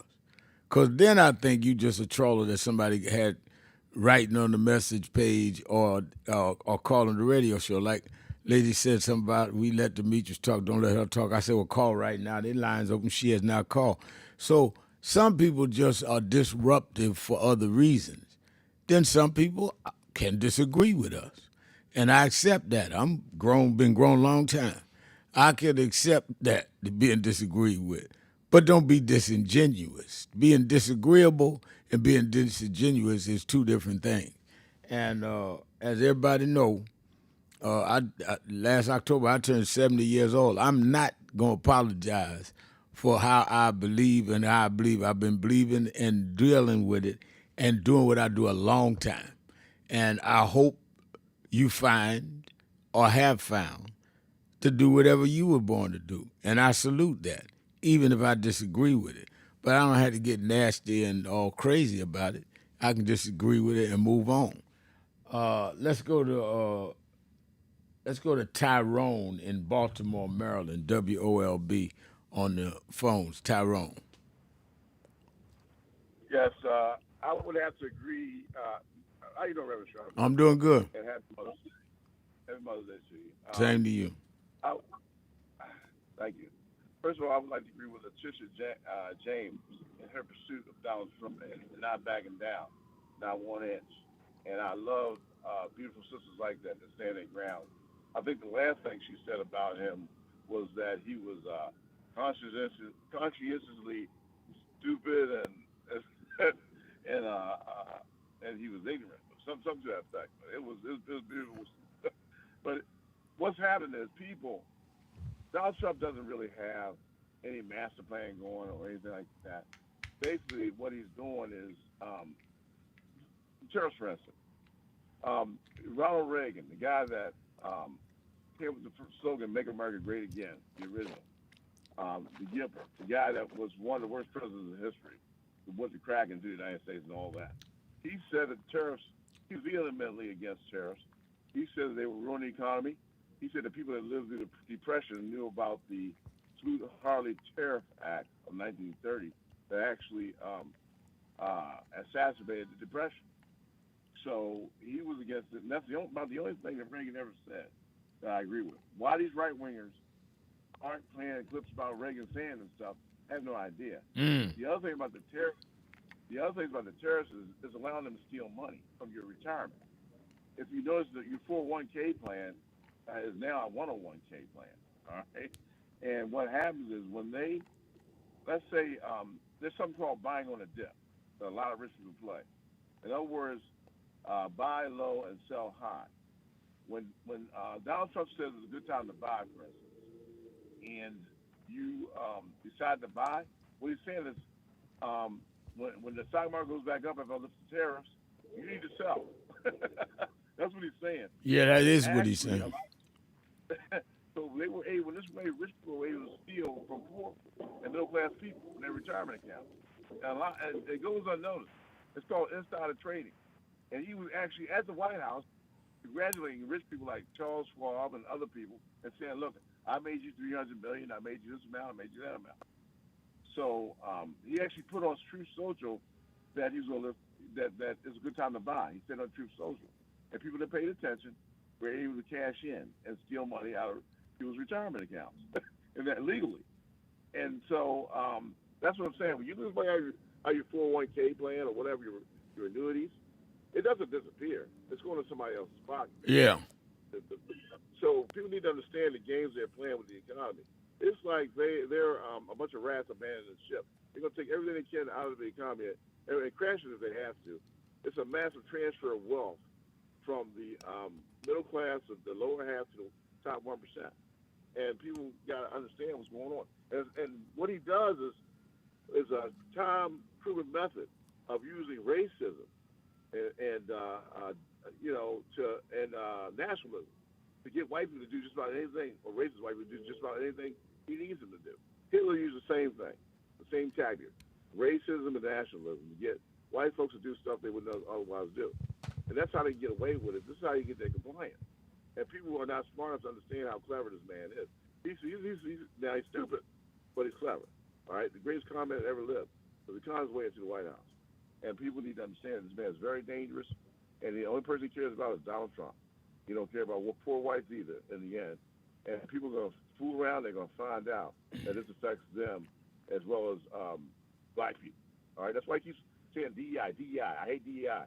Because that's red meat for his racist base. And they feed on that. And okay, he's for us, he's going to hurt black people. They don't not realizing that the Chinese aren't buying anymore our soybeans. So farmers are going to lose their farms because billions of dollars of soybeans, we can't eat them, all right? And Canada's not going to buy our fertilizer. So farmers are going to start losing their farms. It may take a few months for them to figure this out. But Donald Trump is not good for anybody. And I thank you for your time.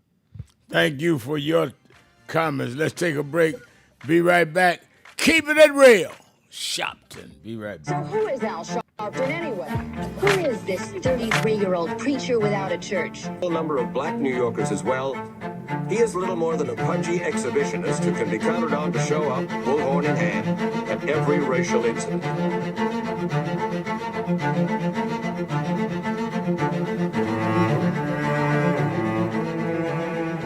I often quote Mark Twain saying, the two most important moments in life is the moment you are born and the moment you find out why you were born. I had a very troubling conversation the other day that prompted me to do this little video. Young man that I've known a while came to me and he was crushed. I mean, really crushed, because people were criticizing his work. He's in the ministry, but he's also an actor. And he said he couldn't understand why people were jumping all over, criticizing him, trying to find scandalous and derogatory things about him. And I told him, I said, you know, you very young.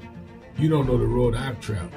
They call me everything but a child of God. Racial discord, a blabbermouth, a loudmouth, too flamboyant, an agitator, a racist, I a race had to baiter. learn. Yeah, right. I was not defined by how others saw me. I was defined by how I saw myself and whether I was being true to myself. Some of you watching this don't like me. And it doesn't matter as long as I know what I'm doing. And I like me for being real.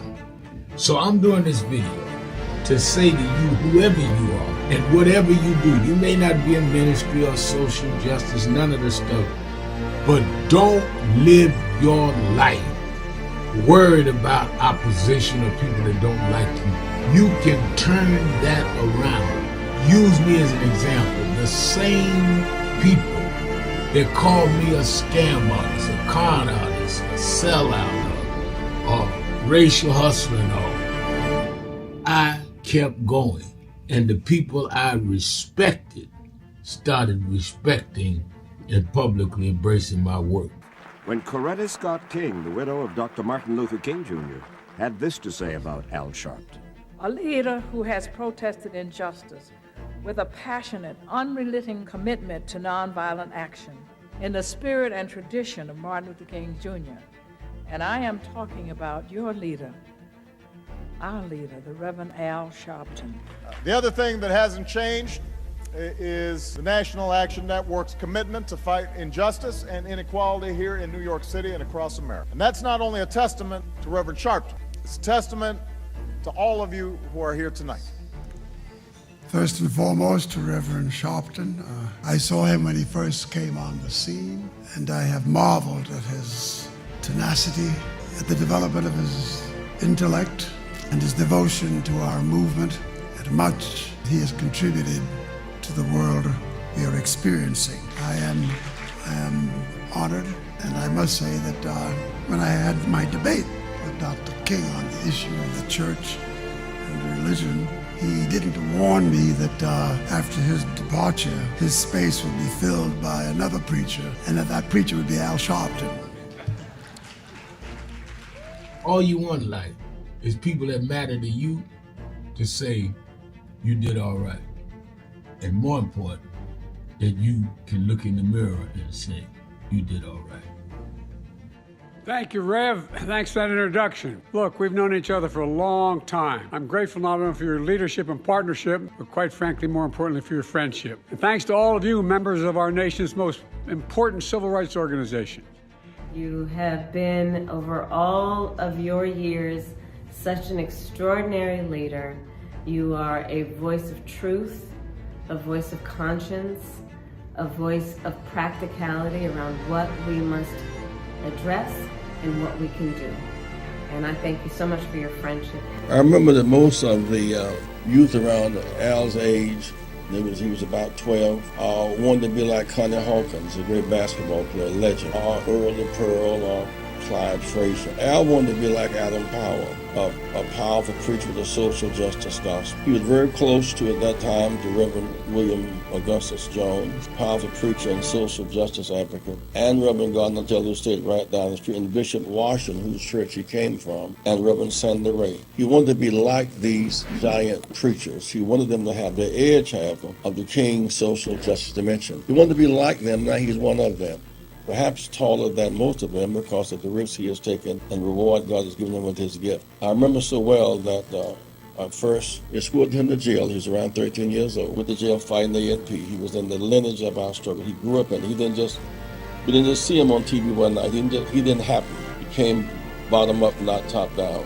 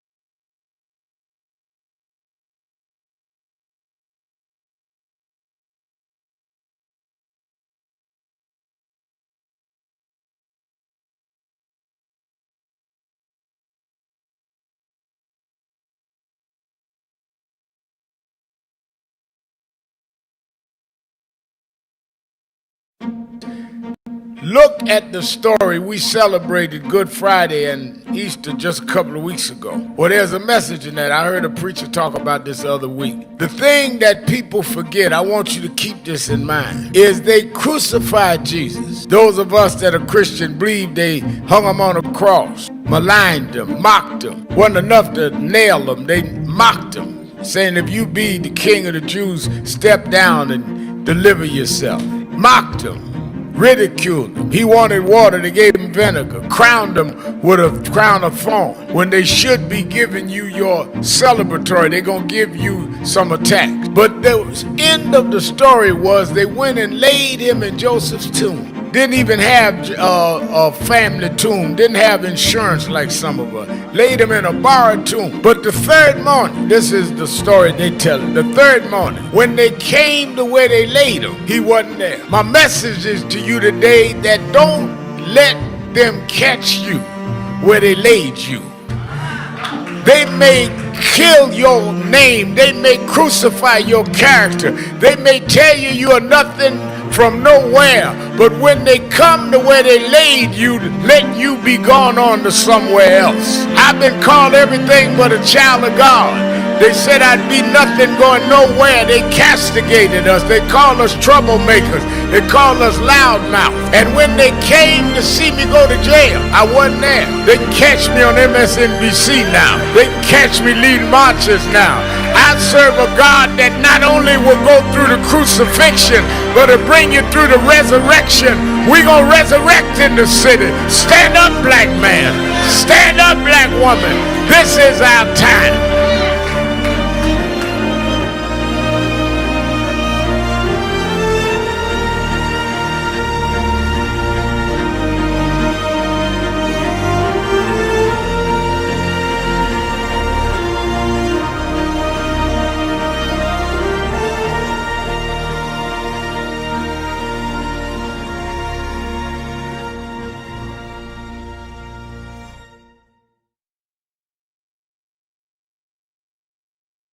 One year ago and change, 67 weeks ago, we started marching every Thursday, am I right, on the offices of Bill Ackman. Bill Ackman was the architect of ending DEI, which is diversity, equity, and inclusion. He started it.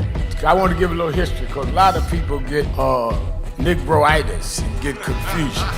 I don't even mind your ego. Everybody need one, but you don't have to become contrary and duplicitous. We got to have integrity even among those with ego. So we started when they first came out against DEI. Now Ackman and them started it going to Harvard University, forcing out the first black woman and first black president of Harvard. We went to his office and been going 67 weeks. I went first 10, 12 weeks. And this brother, stand up, Reverend Ron McHenry, coordinator House of Justice. This brother has been there every week. Many of you here in the audience have marched every week. So we didn't just get in this, We were in it the day they came at Claudine Guy. Last year's convention, we dealt with DEI. This year, we said that we're going at these corporations that had come out against DEI. Many of you, most of y'all I'm looking at was at the convention. And we hit Pepsi. Pepsi called and said, all right, we 8-9 days in, we agree to meet. And we went, purchased New York. Chairman of our board, Reverend Dr. W. Franklin Richardson, and Carol Wallace, who's a special advisor to us on finance. Reverend Al Sharpton will be right back into Exhale Friday and Mother's Day weekend. Let me go to Charles in Washington, D.C. Charles. Reverend Al. Yes, sir. Always bringing love to you from Union Temple Baptist Church. Yes, under sir. the guidance of Willie Wilson. One of the great pulpiteers. Today is the day of the abolitionist movement. As we celebrate the birthday of John Brown today, it wouldn't have been no Civil War without John Brown. And Al, let me say this. I got Reverend Williams for you. Frederick Douglass and John Brown and Harriet Tubman worked together. They all had a different way of doing things. So as we honor Minister Farrakhan's birthday on Sunday, and happy Mother's Day to the mothers, you and Minister Farrakhan has worked together, but y'all had different way of doing things to get there. And that is so important. We need a strong abolitionist movement right now that's going to take everybody who is against tyranny, racism, and any kind of ism that is against the righteous, good nation of the people. It's time for a free breakfast program, Reverend Al.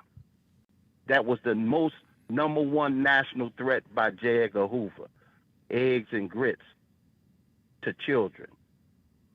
And if Chairman Fred Hampton was here right now, he would say, if you're afraid of socialism, then you're afraid of yourself. We need to start with cutting the defense fund of this government.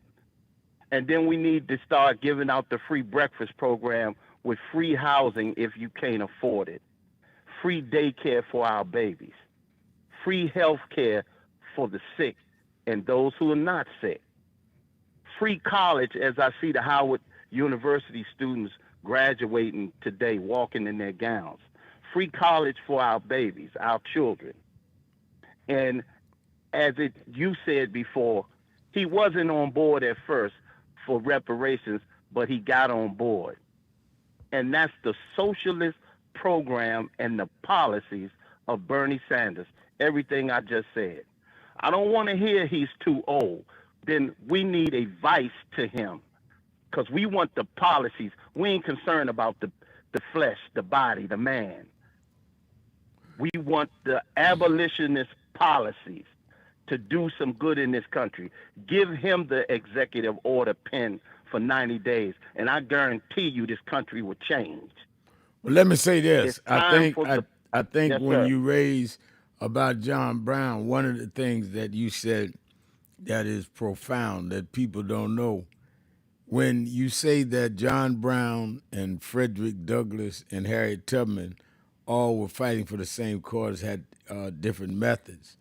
Frederick Douglass visited John Brown, had John Brown stay at his house in Rochester.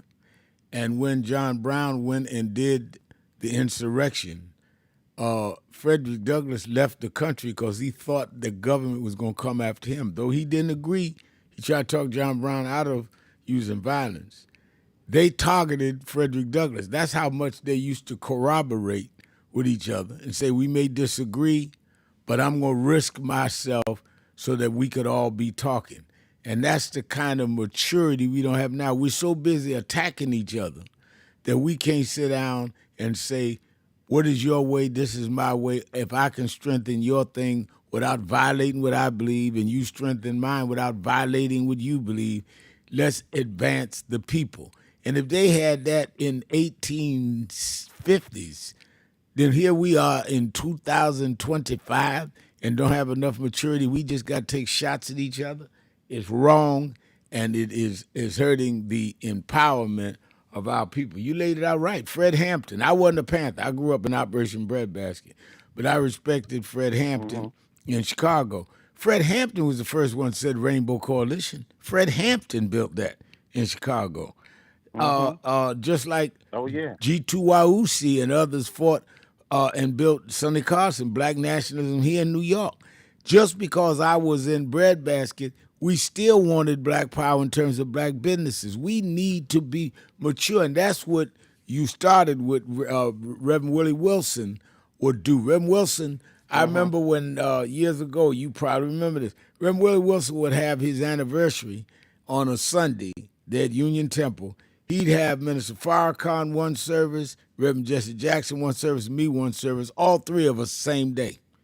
And people can come see who they wanted. That's the kind of unity, operational unity. Unity doesn't mean uniformity. Unity means operational unity. And people would see that at his church every year. It's time for it, Reverend, now. And I'm glad you touched on it when the caller tried to put y'all against each other and Malcolm and this and that. This is why we can't get where we got to go. Right. We can't. We are never going to see things all the same way. None of the disciples did that. None. You can't find a prophet in Scripture. Moses did it different than Yahshua, Jesus. Right. They did it different. But they were all fighting for one cause of liberation and freedom. And it's so necessary right now. We got some serious evil Luciferians amongst us in this government. Ain't no doubt about it. Yes, sir. And lastly, I'm gonna say this, brother. Chairman Fred Hampton, the violence he really spoke about was against police brutality. Right. When they was just outright shooting us down like they just killed that brother Terry, Terry Nichols. Yeah, Terry Nichols. And those police officers just walk free. And Al, they're tricking us because what they're doing is they freed them of the state charges, knowing they're going to be charged with the federal charges, but the evil man who sits in the White House can pardon them of the federal charges. Yep. They playing a game. That's exactly right. I'm going to deal with it. We can't play. Thank you for your call. Sir. I'm going to deal with it this weekend on Politics Nation. Let me bring in our co-host every week to close us the last hour, to co-host with me the last hour of the show. He is the senior pastor of the historic King Solomon Baptist Church in Detroit, Michigan, and head of National Expansion, Michigan State Chair of National Action Network, Reverend Charles Williams II. How you doing, Reverend? All is well, all is well. It's always good to be with you on yet another opportunity for us to exhale on Exhale Friday. You know, Rev, I tell you, I got a report, and some of you all have seen it. I know you've been paying attention to it. I heard you talking about it on one of the morning shows. You know, it's a shame when we see South Africans flown into the country. Right. South Africans flown into the country. White South Africans flown into the country, while at the same time, people of color and black folks are being pushed out and being shunned. Where have we lost? How have we lost our way? Our moral compass is getting so far away. As you said, Tyree Nichols, vengeance, justice has not been served as of now, and we've got a presidential administration who will do more to hurt our cause than to help our cause. What do we have? We have putting people in the street, organizing, and making sure that we are pulling ourselves together. You talked about it just a few seconds ago. We got faction over here, faction over there. It's not that we all have to do the same thing. We just all have to understand how our different parts play a role And if you listen to a symphony, you hear a violin play, you hear a cello play, you hear a bass play, you hear percussion play. They're not all playing the same notes, but everything that they play together sounds good and it accomplishes the task of a wonderful symphony. And we've got to operate in that way. I want to invite folks to join us. You know, we're going to march. We're going to do our part. We're going to do what National Action Network do. Don't nobody do it better. We put bodies on the street in a very civil disobedient way, but at the same time, very peaceful way.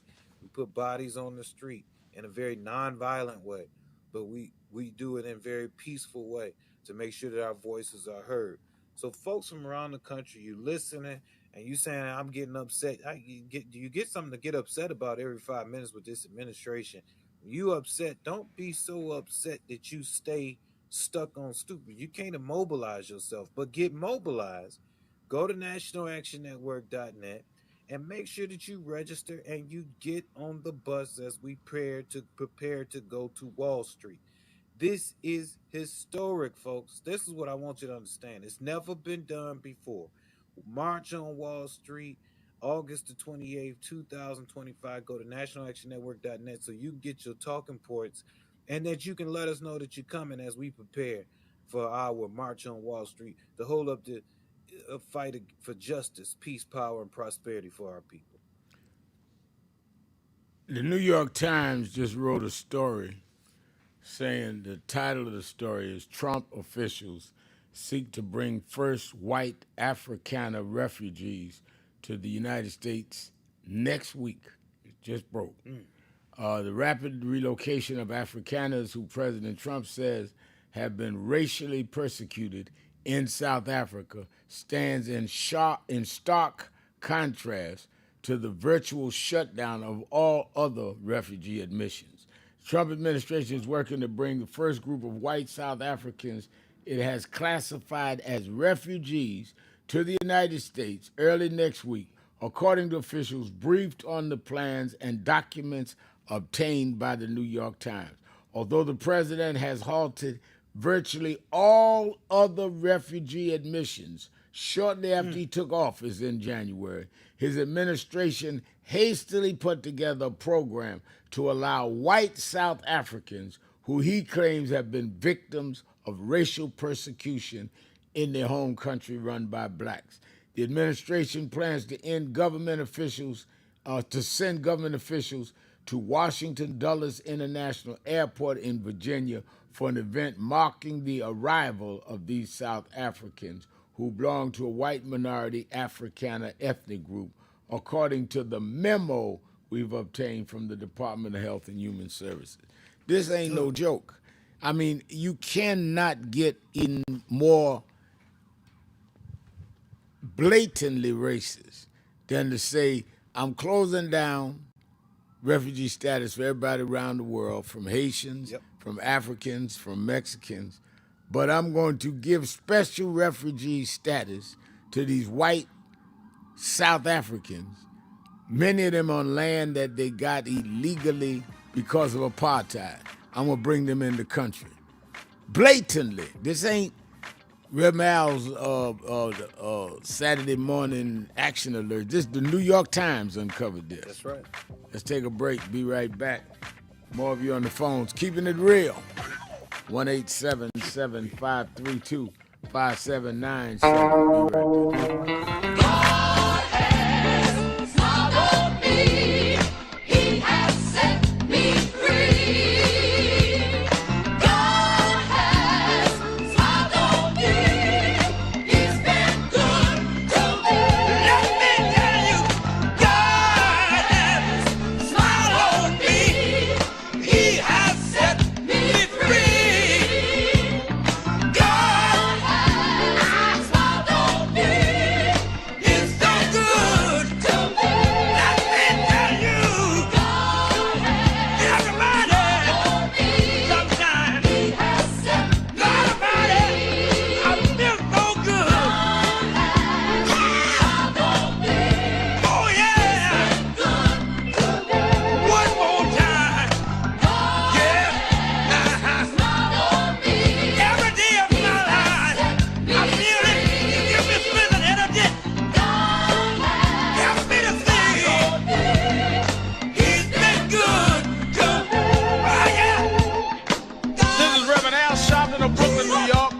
I've been traveling around the country talking to the radio announcers, the church people and the street people, telling them that God has smiled on me.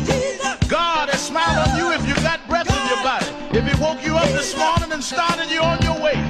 But I want to tell you some stories of people that God smiled on. We know the story of Dr. Martin Luther King, how he started way back in Montgomery, Alabama in 1955, trying just to get dignity, trying to get respect. And he went all the way to the mountaintop. But he didn't forget about the brothers in the valley. He didn't forget about those trapped in the alley. And I hear Brother Martin King say, God has smiled on me. He's been good to me. Let me tell you, God has smiled on me. It's been so good to me. Then I see as Dr. King went on, another man stepping to the forefront by the name of John F. Kennedy, who rose up and said, let's not stand back. Let's not wait for a handout. Let's wait for a way out. He said, ask not what your country can do for you, but what you can do for your country. He said, don't us gravel and don't us moan, because God done smile on us. Let me say it. God has smiled on me. He has set me free. Let me say it. God has smiled on me. One more time. I want to say this song. I'll say God has smiled on me. He has set me free. Get up. God has smiled on me. He's been good.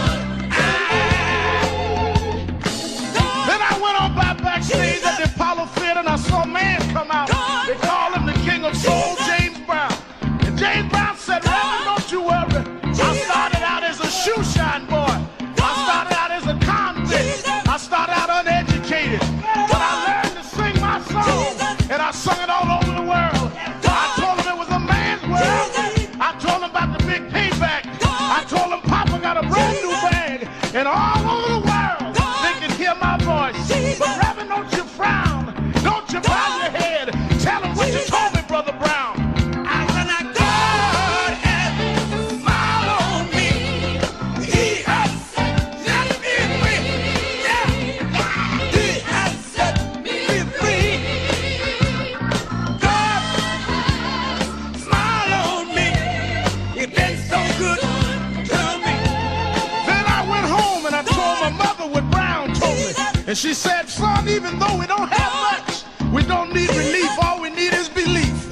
And she said, he didn't tell you no lie, because the Lord will take care of you. God sits high, but he looks down low. And every time you get discouraged, every time you're burning down, all you have to do is think of the things that God made a way for you and look toward the heavens.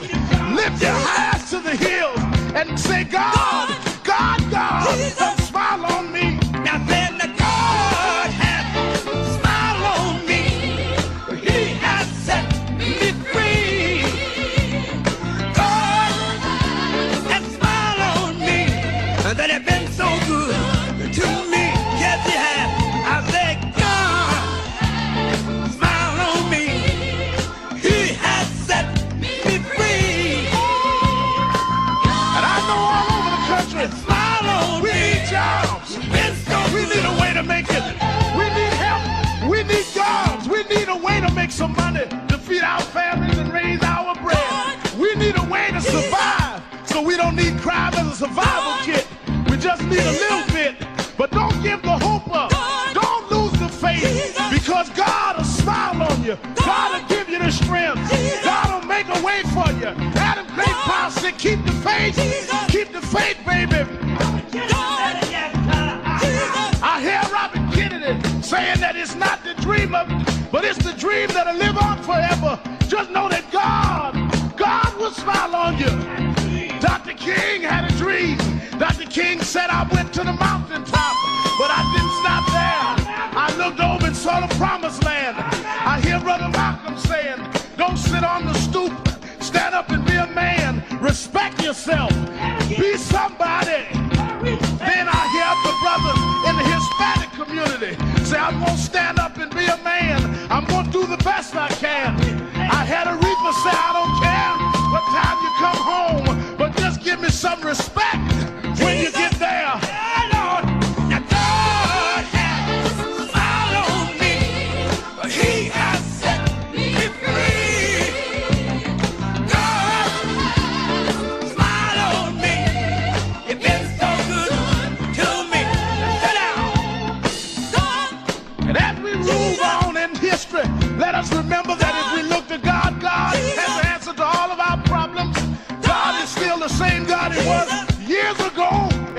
still make it. We can still hold on like Frederick Douglass did.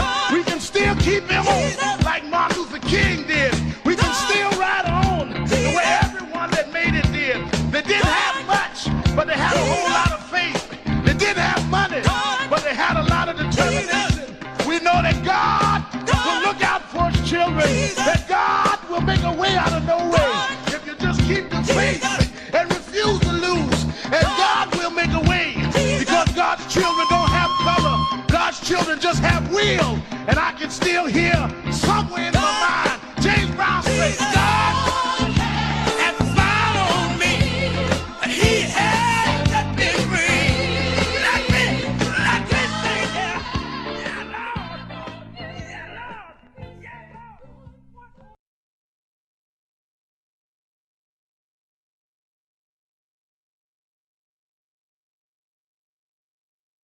This understanding of building upon the foundation left by previous generations. But I think you've mastered that, Rev. You've mastered building upon it, but also getting the current generation to understand the importance of when you accept a baton, to whom much is given, much is not only required, but much is expected.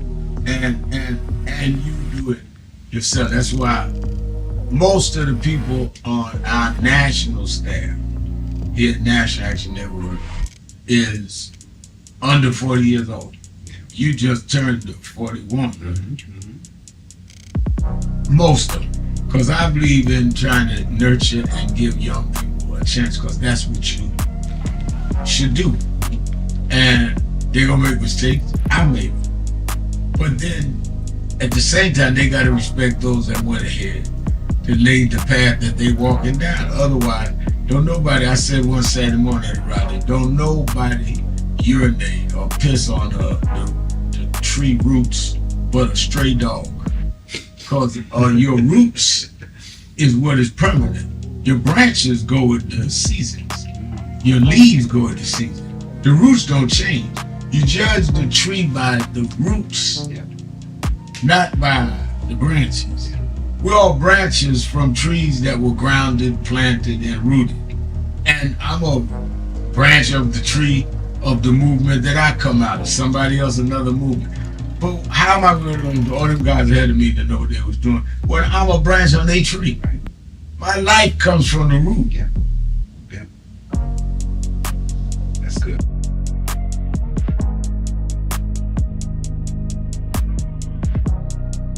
Your host, Reverend Al Sharpton, and we're back. 1-877-532-5797, 1-877-532-5797. Reverend Charles Williams II is our co-host. Reverend, let's go to Ron in Maryland. Maryland, Ron. Good afternoon, Reverend Sharpton, and good afternoon to the other ministers there. Reverend Sharpton, I'm calling with urgent information for our community. I would like people to be able to go to my website at positivechangepdc.com. Wait a minute. What is the urgent news? You doing an advertisement? That's not urgent news. Okay. What is the urgent news? The urgent information, Reverend Sharpton, is a consumer watchdog group accused regional regulator, grid operator for overcharge in Maryland for power.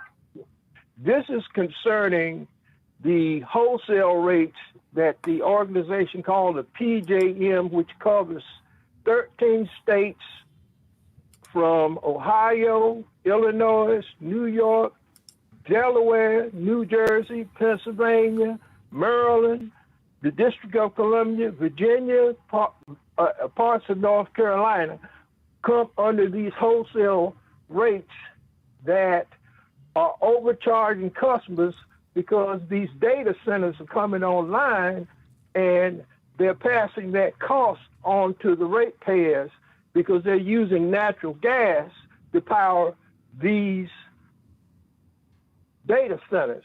Well, but aren't there separate utility companies that are servicing the states you named? How are they doing this collectively if they all are different utility companies handling this?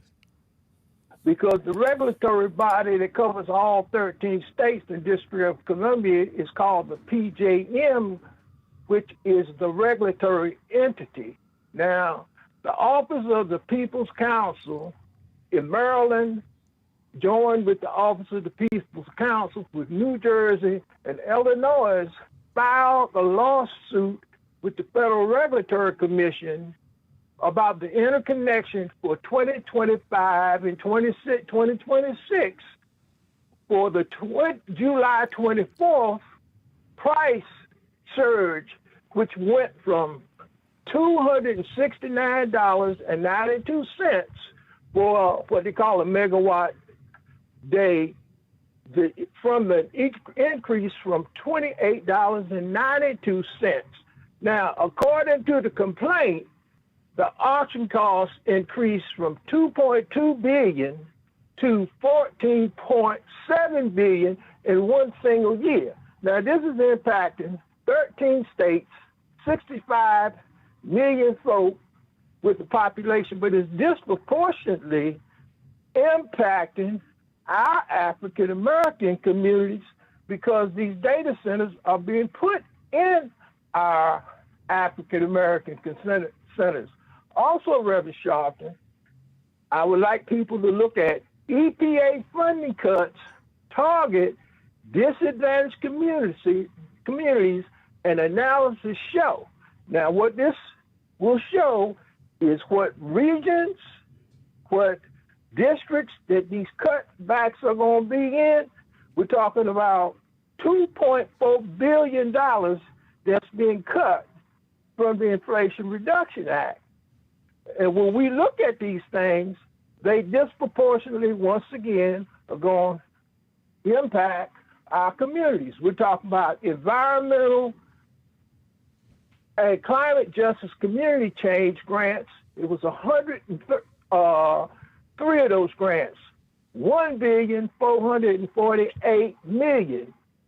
Then you go down, it breaks down each category, a total of 384 grants totaling $2.4 billion. For example, at the Human Resources here in Washington, D.C., the cutbacks that Trump them targeted, they got rid of the entire staffing that pushes the money out the door for the LEAP program, which is the low-income energy programs. They got $6.2 billion sitting there, Rev, but ain't nobody to get the money out the door. So this is why I said I wanted to call in. Now, let me show you how they target these 10 districts here. We're talking about Arkansas. It's hitting Republican and Democratic districts.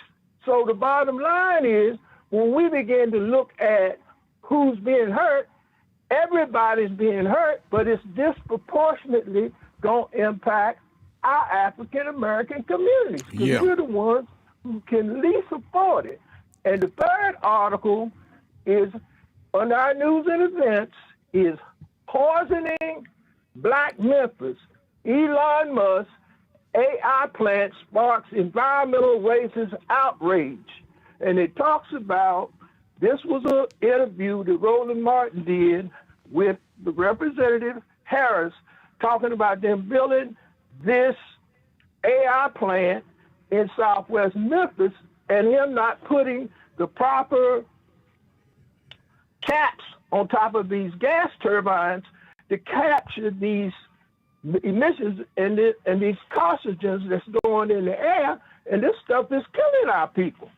So I want to get now, if you got all those articles posted on your site, now go ahead and advertise the site. I just want to make sure this wasn't just some advertising.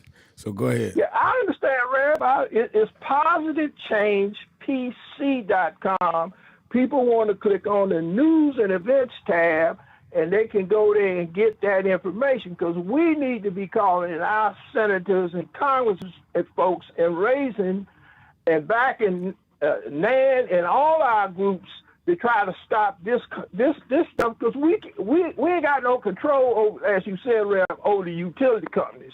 Even though you got different utility providers, companies, right. they all come in under the umbrella of Exelon, which controls everything from Illinois, Michigan, New York, and all these states. We all caught up into this thing, and these are the people that's backing Trump.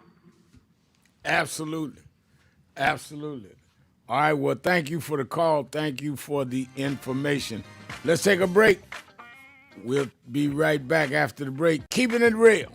Sharpton Williams. Be right back. Dallas. 33-year-old preacher without a church. A number of black New Yorkers as well. He is little more than a pudgy exhibitionist who can be counted on to show up, bullhorn in hand, at every racial incident.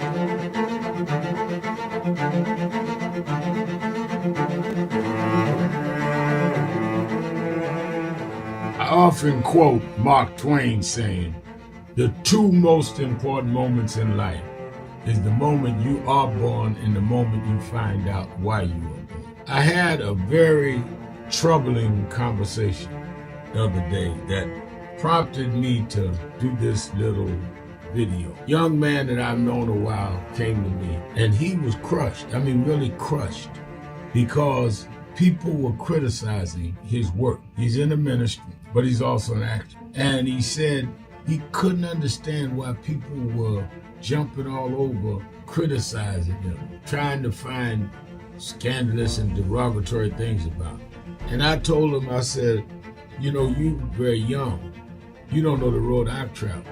They call me everything but a child of God. A blabbermouth, a loudmouth, too flamboyant, an agitator, a racist, I had to learn. I was not defined by how others saw me. I was defined by how I saw myself and whether I was being true to myself. Some of you watching this don't like me. And it doesn't matter as long as I know what I'm doing. And I like me for being real.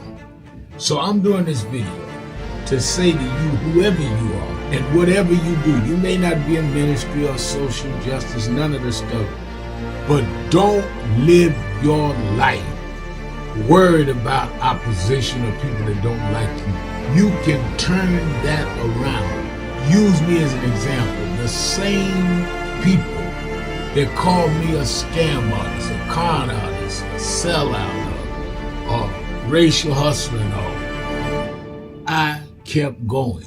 And the people I respected started respecting and publicly embracing my work. When Coretta Scott King, the widow of Dr. Martin Luther King Jr., had this to say about Al Sharpton. A leader who has protested injustice with a passionate, unrelenting commitment to nonviolent action in the spirit and tradition of Martin Luther King Jr. And I am talking about your leader, our leader, the Reverend Al Sharpton. The other thing that hasn't changed is the National Action Network's commitment to fight injustice and inequality here in New York City and across America. And that's not only a testament to Reverend Sharpton, it's a testament to all of you who are here tonight. First and foremost, to Reverend Sharpton. I saw him when he first came on the scene, and I have marveled at his tenacity, at the development of his intellect, and his devotion to our movement, and much he has contributed to the world we are experiencing. I am honored, and I must say that when I had my debate with Dr. King on the issue of the church and religion, he didn't warn me that after his departure, his space would be filled by another preacher, and that preacher would be Al Sharpton. All you want in life is people that matter to you to say you did all right. And more important, that you can look in the mirror and say you did all right. Thank you, Rev. Thanks for that introduction. Look, we've known each other for a long time. I'm grateful not only for your leadership and partnership, but quite frankly, more importantly, for your friendship. And thanks to all of you, members of our nation's most important civil rights organization. You have been, over all of your years, such an extraordinary leader. You are a voice of truth, a voice of conscience, a voice of practicality around what we must address and what we can do. And I thank you so much for your friendship. I remember that most of the youth around Al's age, he was about 12, wanted to be like Connie Hawkins, a great basketball player, legend, or Earl the Pearl, or Clyde Frazier. Al wanted to be like Adam Powell, a powerful preacher with a social justice gospel. He was very close to, at that time, to Reverend William Augustus Jones, powerful preacher and social justice advocate, and Reverend Gardner Taylor State right down the street, and Bishop Washington, whose church he came from, and Reverend Sandy Ray. He wanted to be like these giant preachers. He wanted them to have the edge, however, of the King's social justice dimension. He wanted to be like them. Now he's one of them, perhaps taller than most of them because of the risks he has taken and the reward God has given him with his gift. I remember so well that I first escorted him to jail. He was around 13 years old, with the jail fighting the ANP. He was in the lineage of our struggle. He grew up in it. We didn't just see him on TV one night. He didn't happen. He came bottom up, not top down.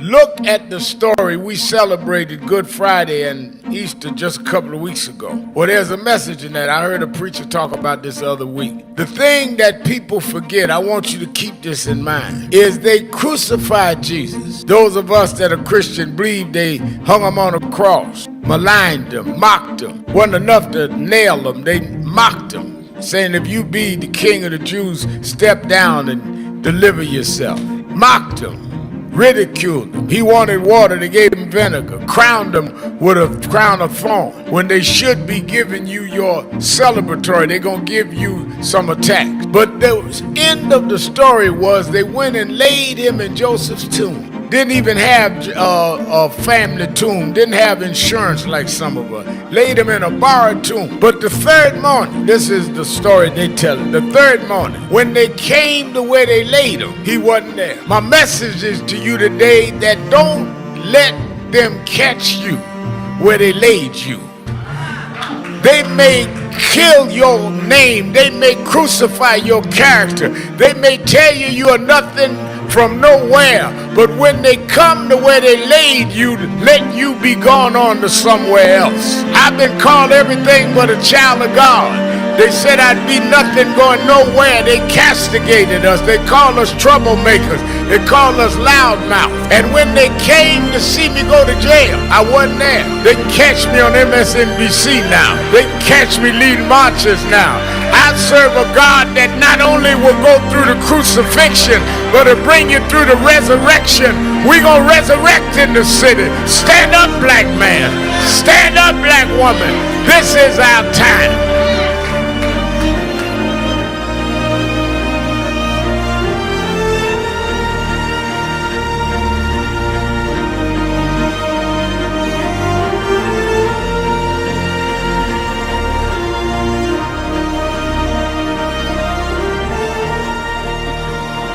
Watch Politics Nation with Al Sharpton live at 5 p.m.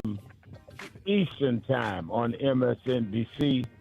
Tomorrow, among my guests will be Eric Holder, former Attorney General of the United States, first black Attorney General in the history of the country, to give an analysis of how he sees the Justice Department under Trump and how they're rolling back all of the civil rights and other initiatives and laws he put in place. Eric Holder will be on tomorrow. We'll have head of the Senate Judiciary, the minority, the leader of the minority Democrats of the Justice Caucus of the U.S. Senate, the Justice Committee. I'll get it right. Judiciary Committee is the proper name. He'll be on. We also have on Sunday the Attorney General of Minnesota, who will be on to give. He is the one that prosecuted the policeman and won the convictions, put them in jail for the killing of George Floyd. Now there are rumors that Donald Trump wants to pardon them, and clearly we can not let that happen. though they are also in jail on state charges, and the president can pardon state charges, but he shouldn't even be allowed to pardon federal charges. We're going to have Keith Ellison, the Minnesota State Attorney General that prosecuted that case on Sunday, and others. We just had word Mayor Ras Baraka of Newark, New Jersey has been arrested, stopping ICE from deporting people in Newark. And I'm sure we'll have him on this weekend. It is interesting to me that they will lock Mayor Baraka up while Mayor Adams is on his way to meet with Trump. Tale of two cities. Y'all know I'll talk about that in the morning. Talking about the morning, if you're in the New York area, be at the House of Justice tomorrow morning, 9 a.m. to 11 a.m. at the House of Justice, 145th Street and Lenox Avenue in the village of Harlem. And, of course, you that are not in the New York area, you can watch it live on Impact Television, the only black-owned national gospel network, or you can watch it on our live stream at www.nationalactionnetwork.net. Don't forget to sign up for the march. You that want to get a weekly paragraph on why we're marching August 28th, why on Wall Street, so you can explain it to your family, your friends, your church friends, your sorority members. All you have to do is sign up at let's do it this way, www.nationalactionnetwork.net. You can go right on the site www.nationalactionnetwork.net, www.nationalactionnetwork.net, or you can call and sign up by phone at 1-877-626-4651. Reverend Williams, what's going on at Detroit, NAN tomorrow? You can join us tomorrow, 10 a.m., Historic King Solomon Baptist Church, 6100 14th Street. We are still talking with mayoral and council candidates. You guys got the opportunity to ask questions, and we always will continue to do that in the orderly way that we do it. Want to remind you to join us tomorrow, 10 a.m., 6100 14th Street at the Historic King Solomon Baptist Church. All right, let's go back to the phone. Let's go to Bertha in Cleveland, Ohio. Bertha. Hi, Reverend. Good afternoon, Reverend, and both of you. How are you today? I'm doing well. How are you? I'm doing fine. Reverend, they tell me I didn't get a chance to see you because I was working the election, but they tell me you were so sharp that a razor blade would be dull. They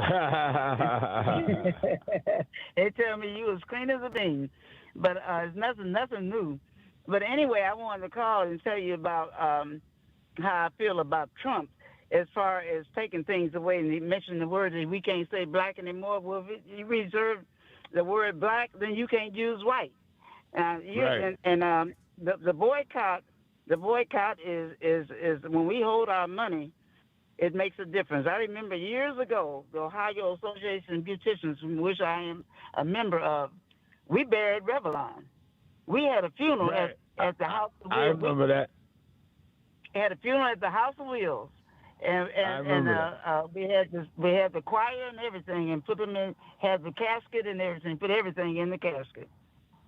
Now I remember that Reverend Jackson called that boycott. I was one of his proteges. In fact, I just spoke with him about a half hour ago, and I remember the Revlon boycott. Yeah, we had a good time. We had the regular service and everything, and I had my choir. So, but I just want to say that the things that he's doing is, and I don't know why it's permitted, but it's illegal. Everything he's doing is illegal. Yeah, it is. They're not challenging this. So everything that he's doing is illegal. But if we had done it, we'd be up under the jail by now. You know, this is ridiculous. Yeah. So I'm gonna get out of the way because I know Marcia McCoy. Thank you for your call. Thank you for your call, Bertha. Now let's go exactly there to Marcia McCoy, the ever-present and omnipresent, effective president of the Greater Cleveland, Ohio chapter of National Action Network. Sister Marcia, Dr. Marcia McCoy. Oh, to our one and only Honorable Reverend Dr. Professor Al Sharpton, I want to publicly thank our Ohio voters who approved issue 2, authorizing it. I think it's a $2.5 billion bond over 10 years for infrastructure.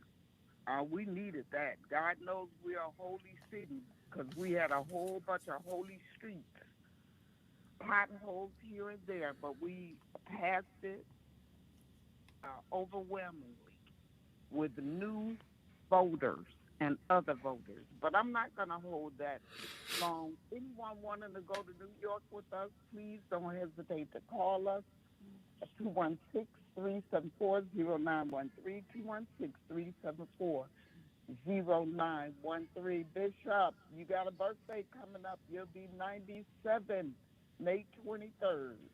You ready? Dr. Al Sharpton, Yes, sir. Dr. Charles Williams. Yes, sir. Hold my mule, my brother. I got you, Reverend. World history and American history will not be kind to the 47th President of the United States of America, convicted felon and wannabe dictator, Donald Trump. Of the worst 10 presidents of the United States history, Andrew Johnson is considered to be the worst of the worst. Guess whose portrait hanged in Trump's office? You guessed it, pro-slavery advocate Johnson. On the first 100 days of his presidency, his numbers are the lowest of any president since polling began in 1938. Presidents usually aim for a more perfect union, enhancing democratic ideals. But this evil man's goal is to obliterate civil rights, take food from starving children around the world, weaponizing the government to punish his opposers, cut out funding for education, grants, and work-study programs, eliminate Social Security, Medicaid, and Medicare. He seeks to put an end to all efforts of minorities, especially Black Americans, to secure justice, equality, and freedom, making it plainly clear that he wants white people to rule this country. He has fired moral-minded people who believe in the Constitution, due process of the law, and replaced them with hacks who will follow his dictation instead of the law. This is a man who ridicules the disabled, mocks the Pope, calls African-American countries a-hole nation, and wants to compensate white people, South Africans, to come to America. Men and women who serve and die for their country, he calls them suckers and losers, lies, and wants us to believe that Ukraine invaded Russia. This power-hungry despot despises the rule of law and considers the Supreme Court as now the enemy, prohibiting him from authoritarian autocracy. His efforts of promoting tariffs that decimate poor people and aid your tax breaks to millionaires and billionaires who are his co-conspirators to dominate and control this country is the most obvious of his wickedness. The most conspicuous counter reaction to this wannabe dictator is to resist. And the best way to do this is to join the National Action Network, the Reverend Dr. Al Sharpton, Dr. Charles Williams, and the inimitable National Action Network. Thank you, Doctor. We ditto that. Thank you, and always glad to hear your voice. And I think that he said it succinctly and correctly. Yep. We've got to stay on the wall. Stay on the wall. And I think that the question is, who are the watchmen on the wall? Is us. Well, I hear the music, time to go. Let me thank Reverend Charles Williams. Let me thank all of you that called in, listening, you that called in and couldn't get through but hung in there anyhow. Remember, whatever you do, wherever you go, however you feel, tell somebody, tell anybody, tell everybody. Reverend Al told you personally, keep it real. Keep it real. Keep it real. Happy Mother's Day to all. I'll talk to you Monday. Keep it real.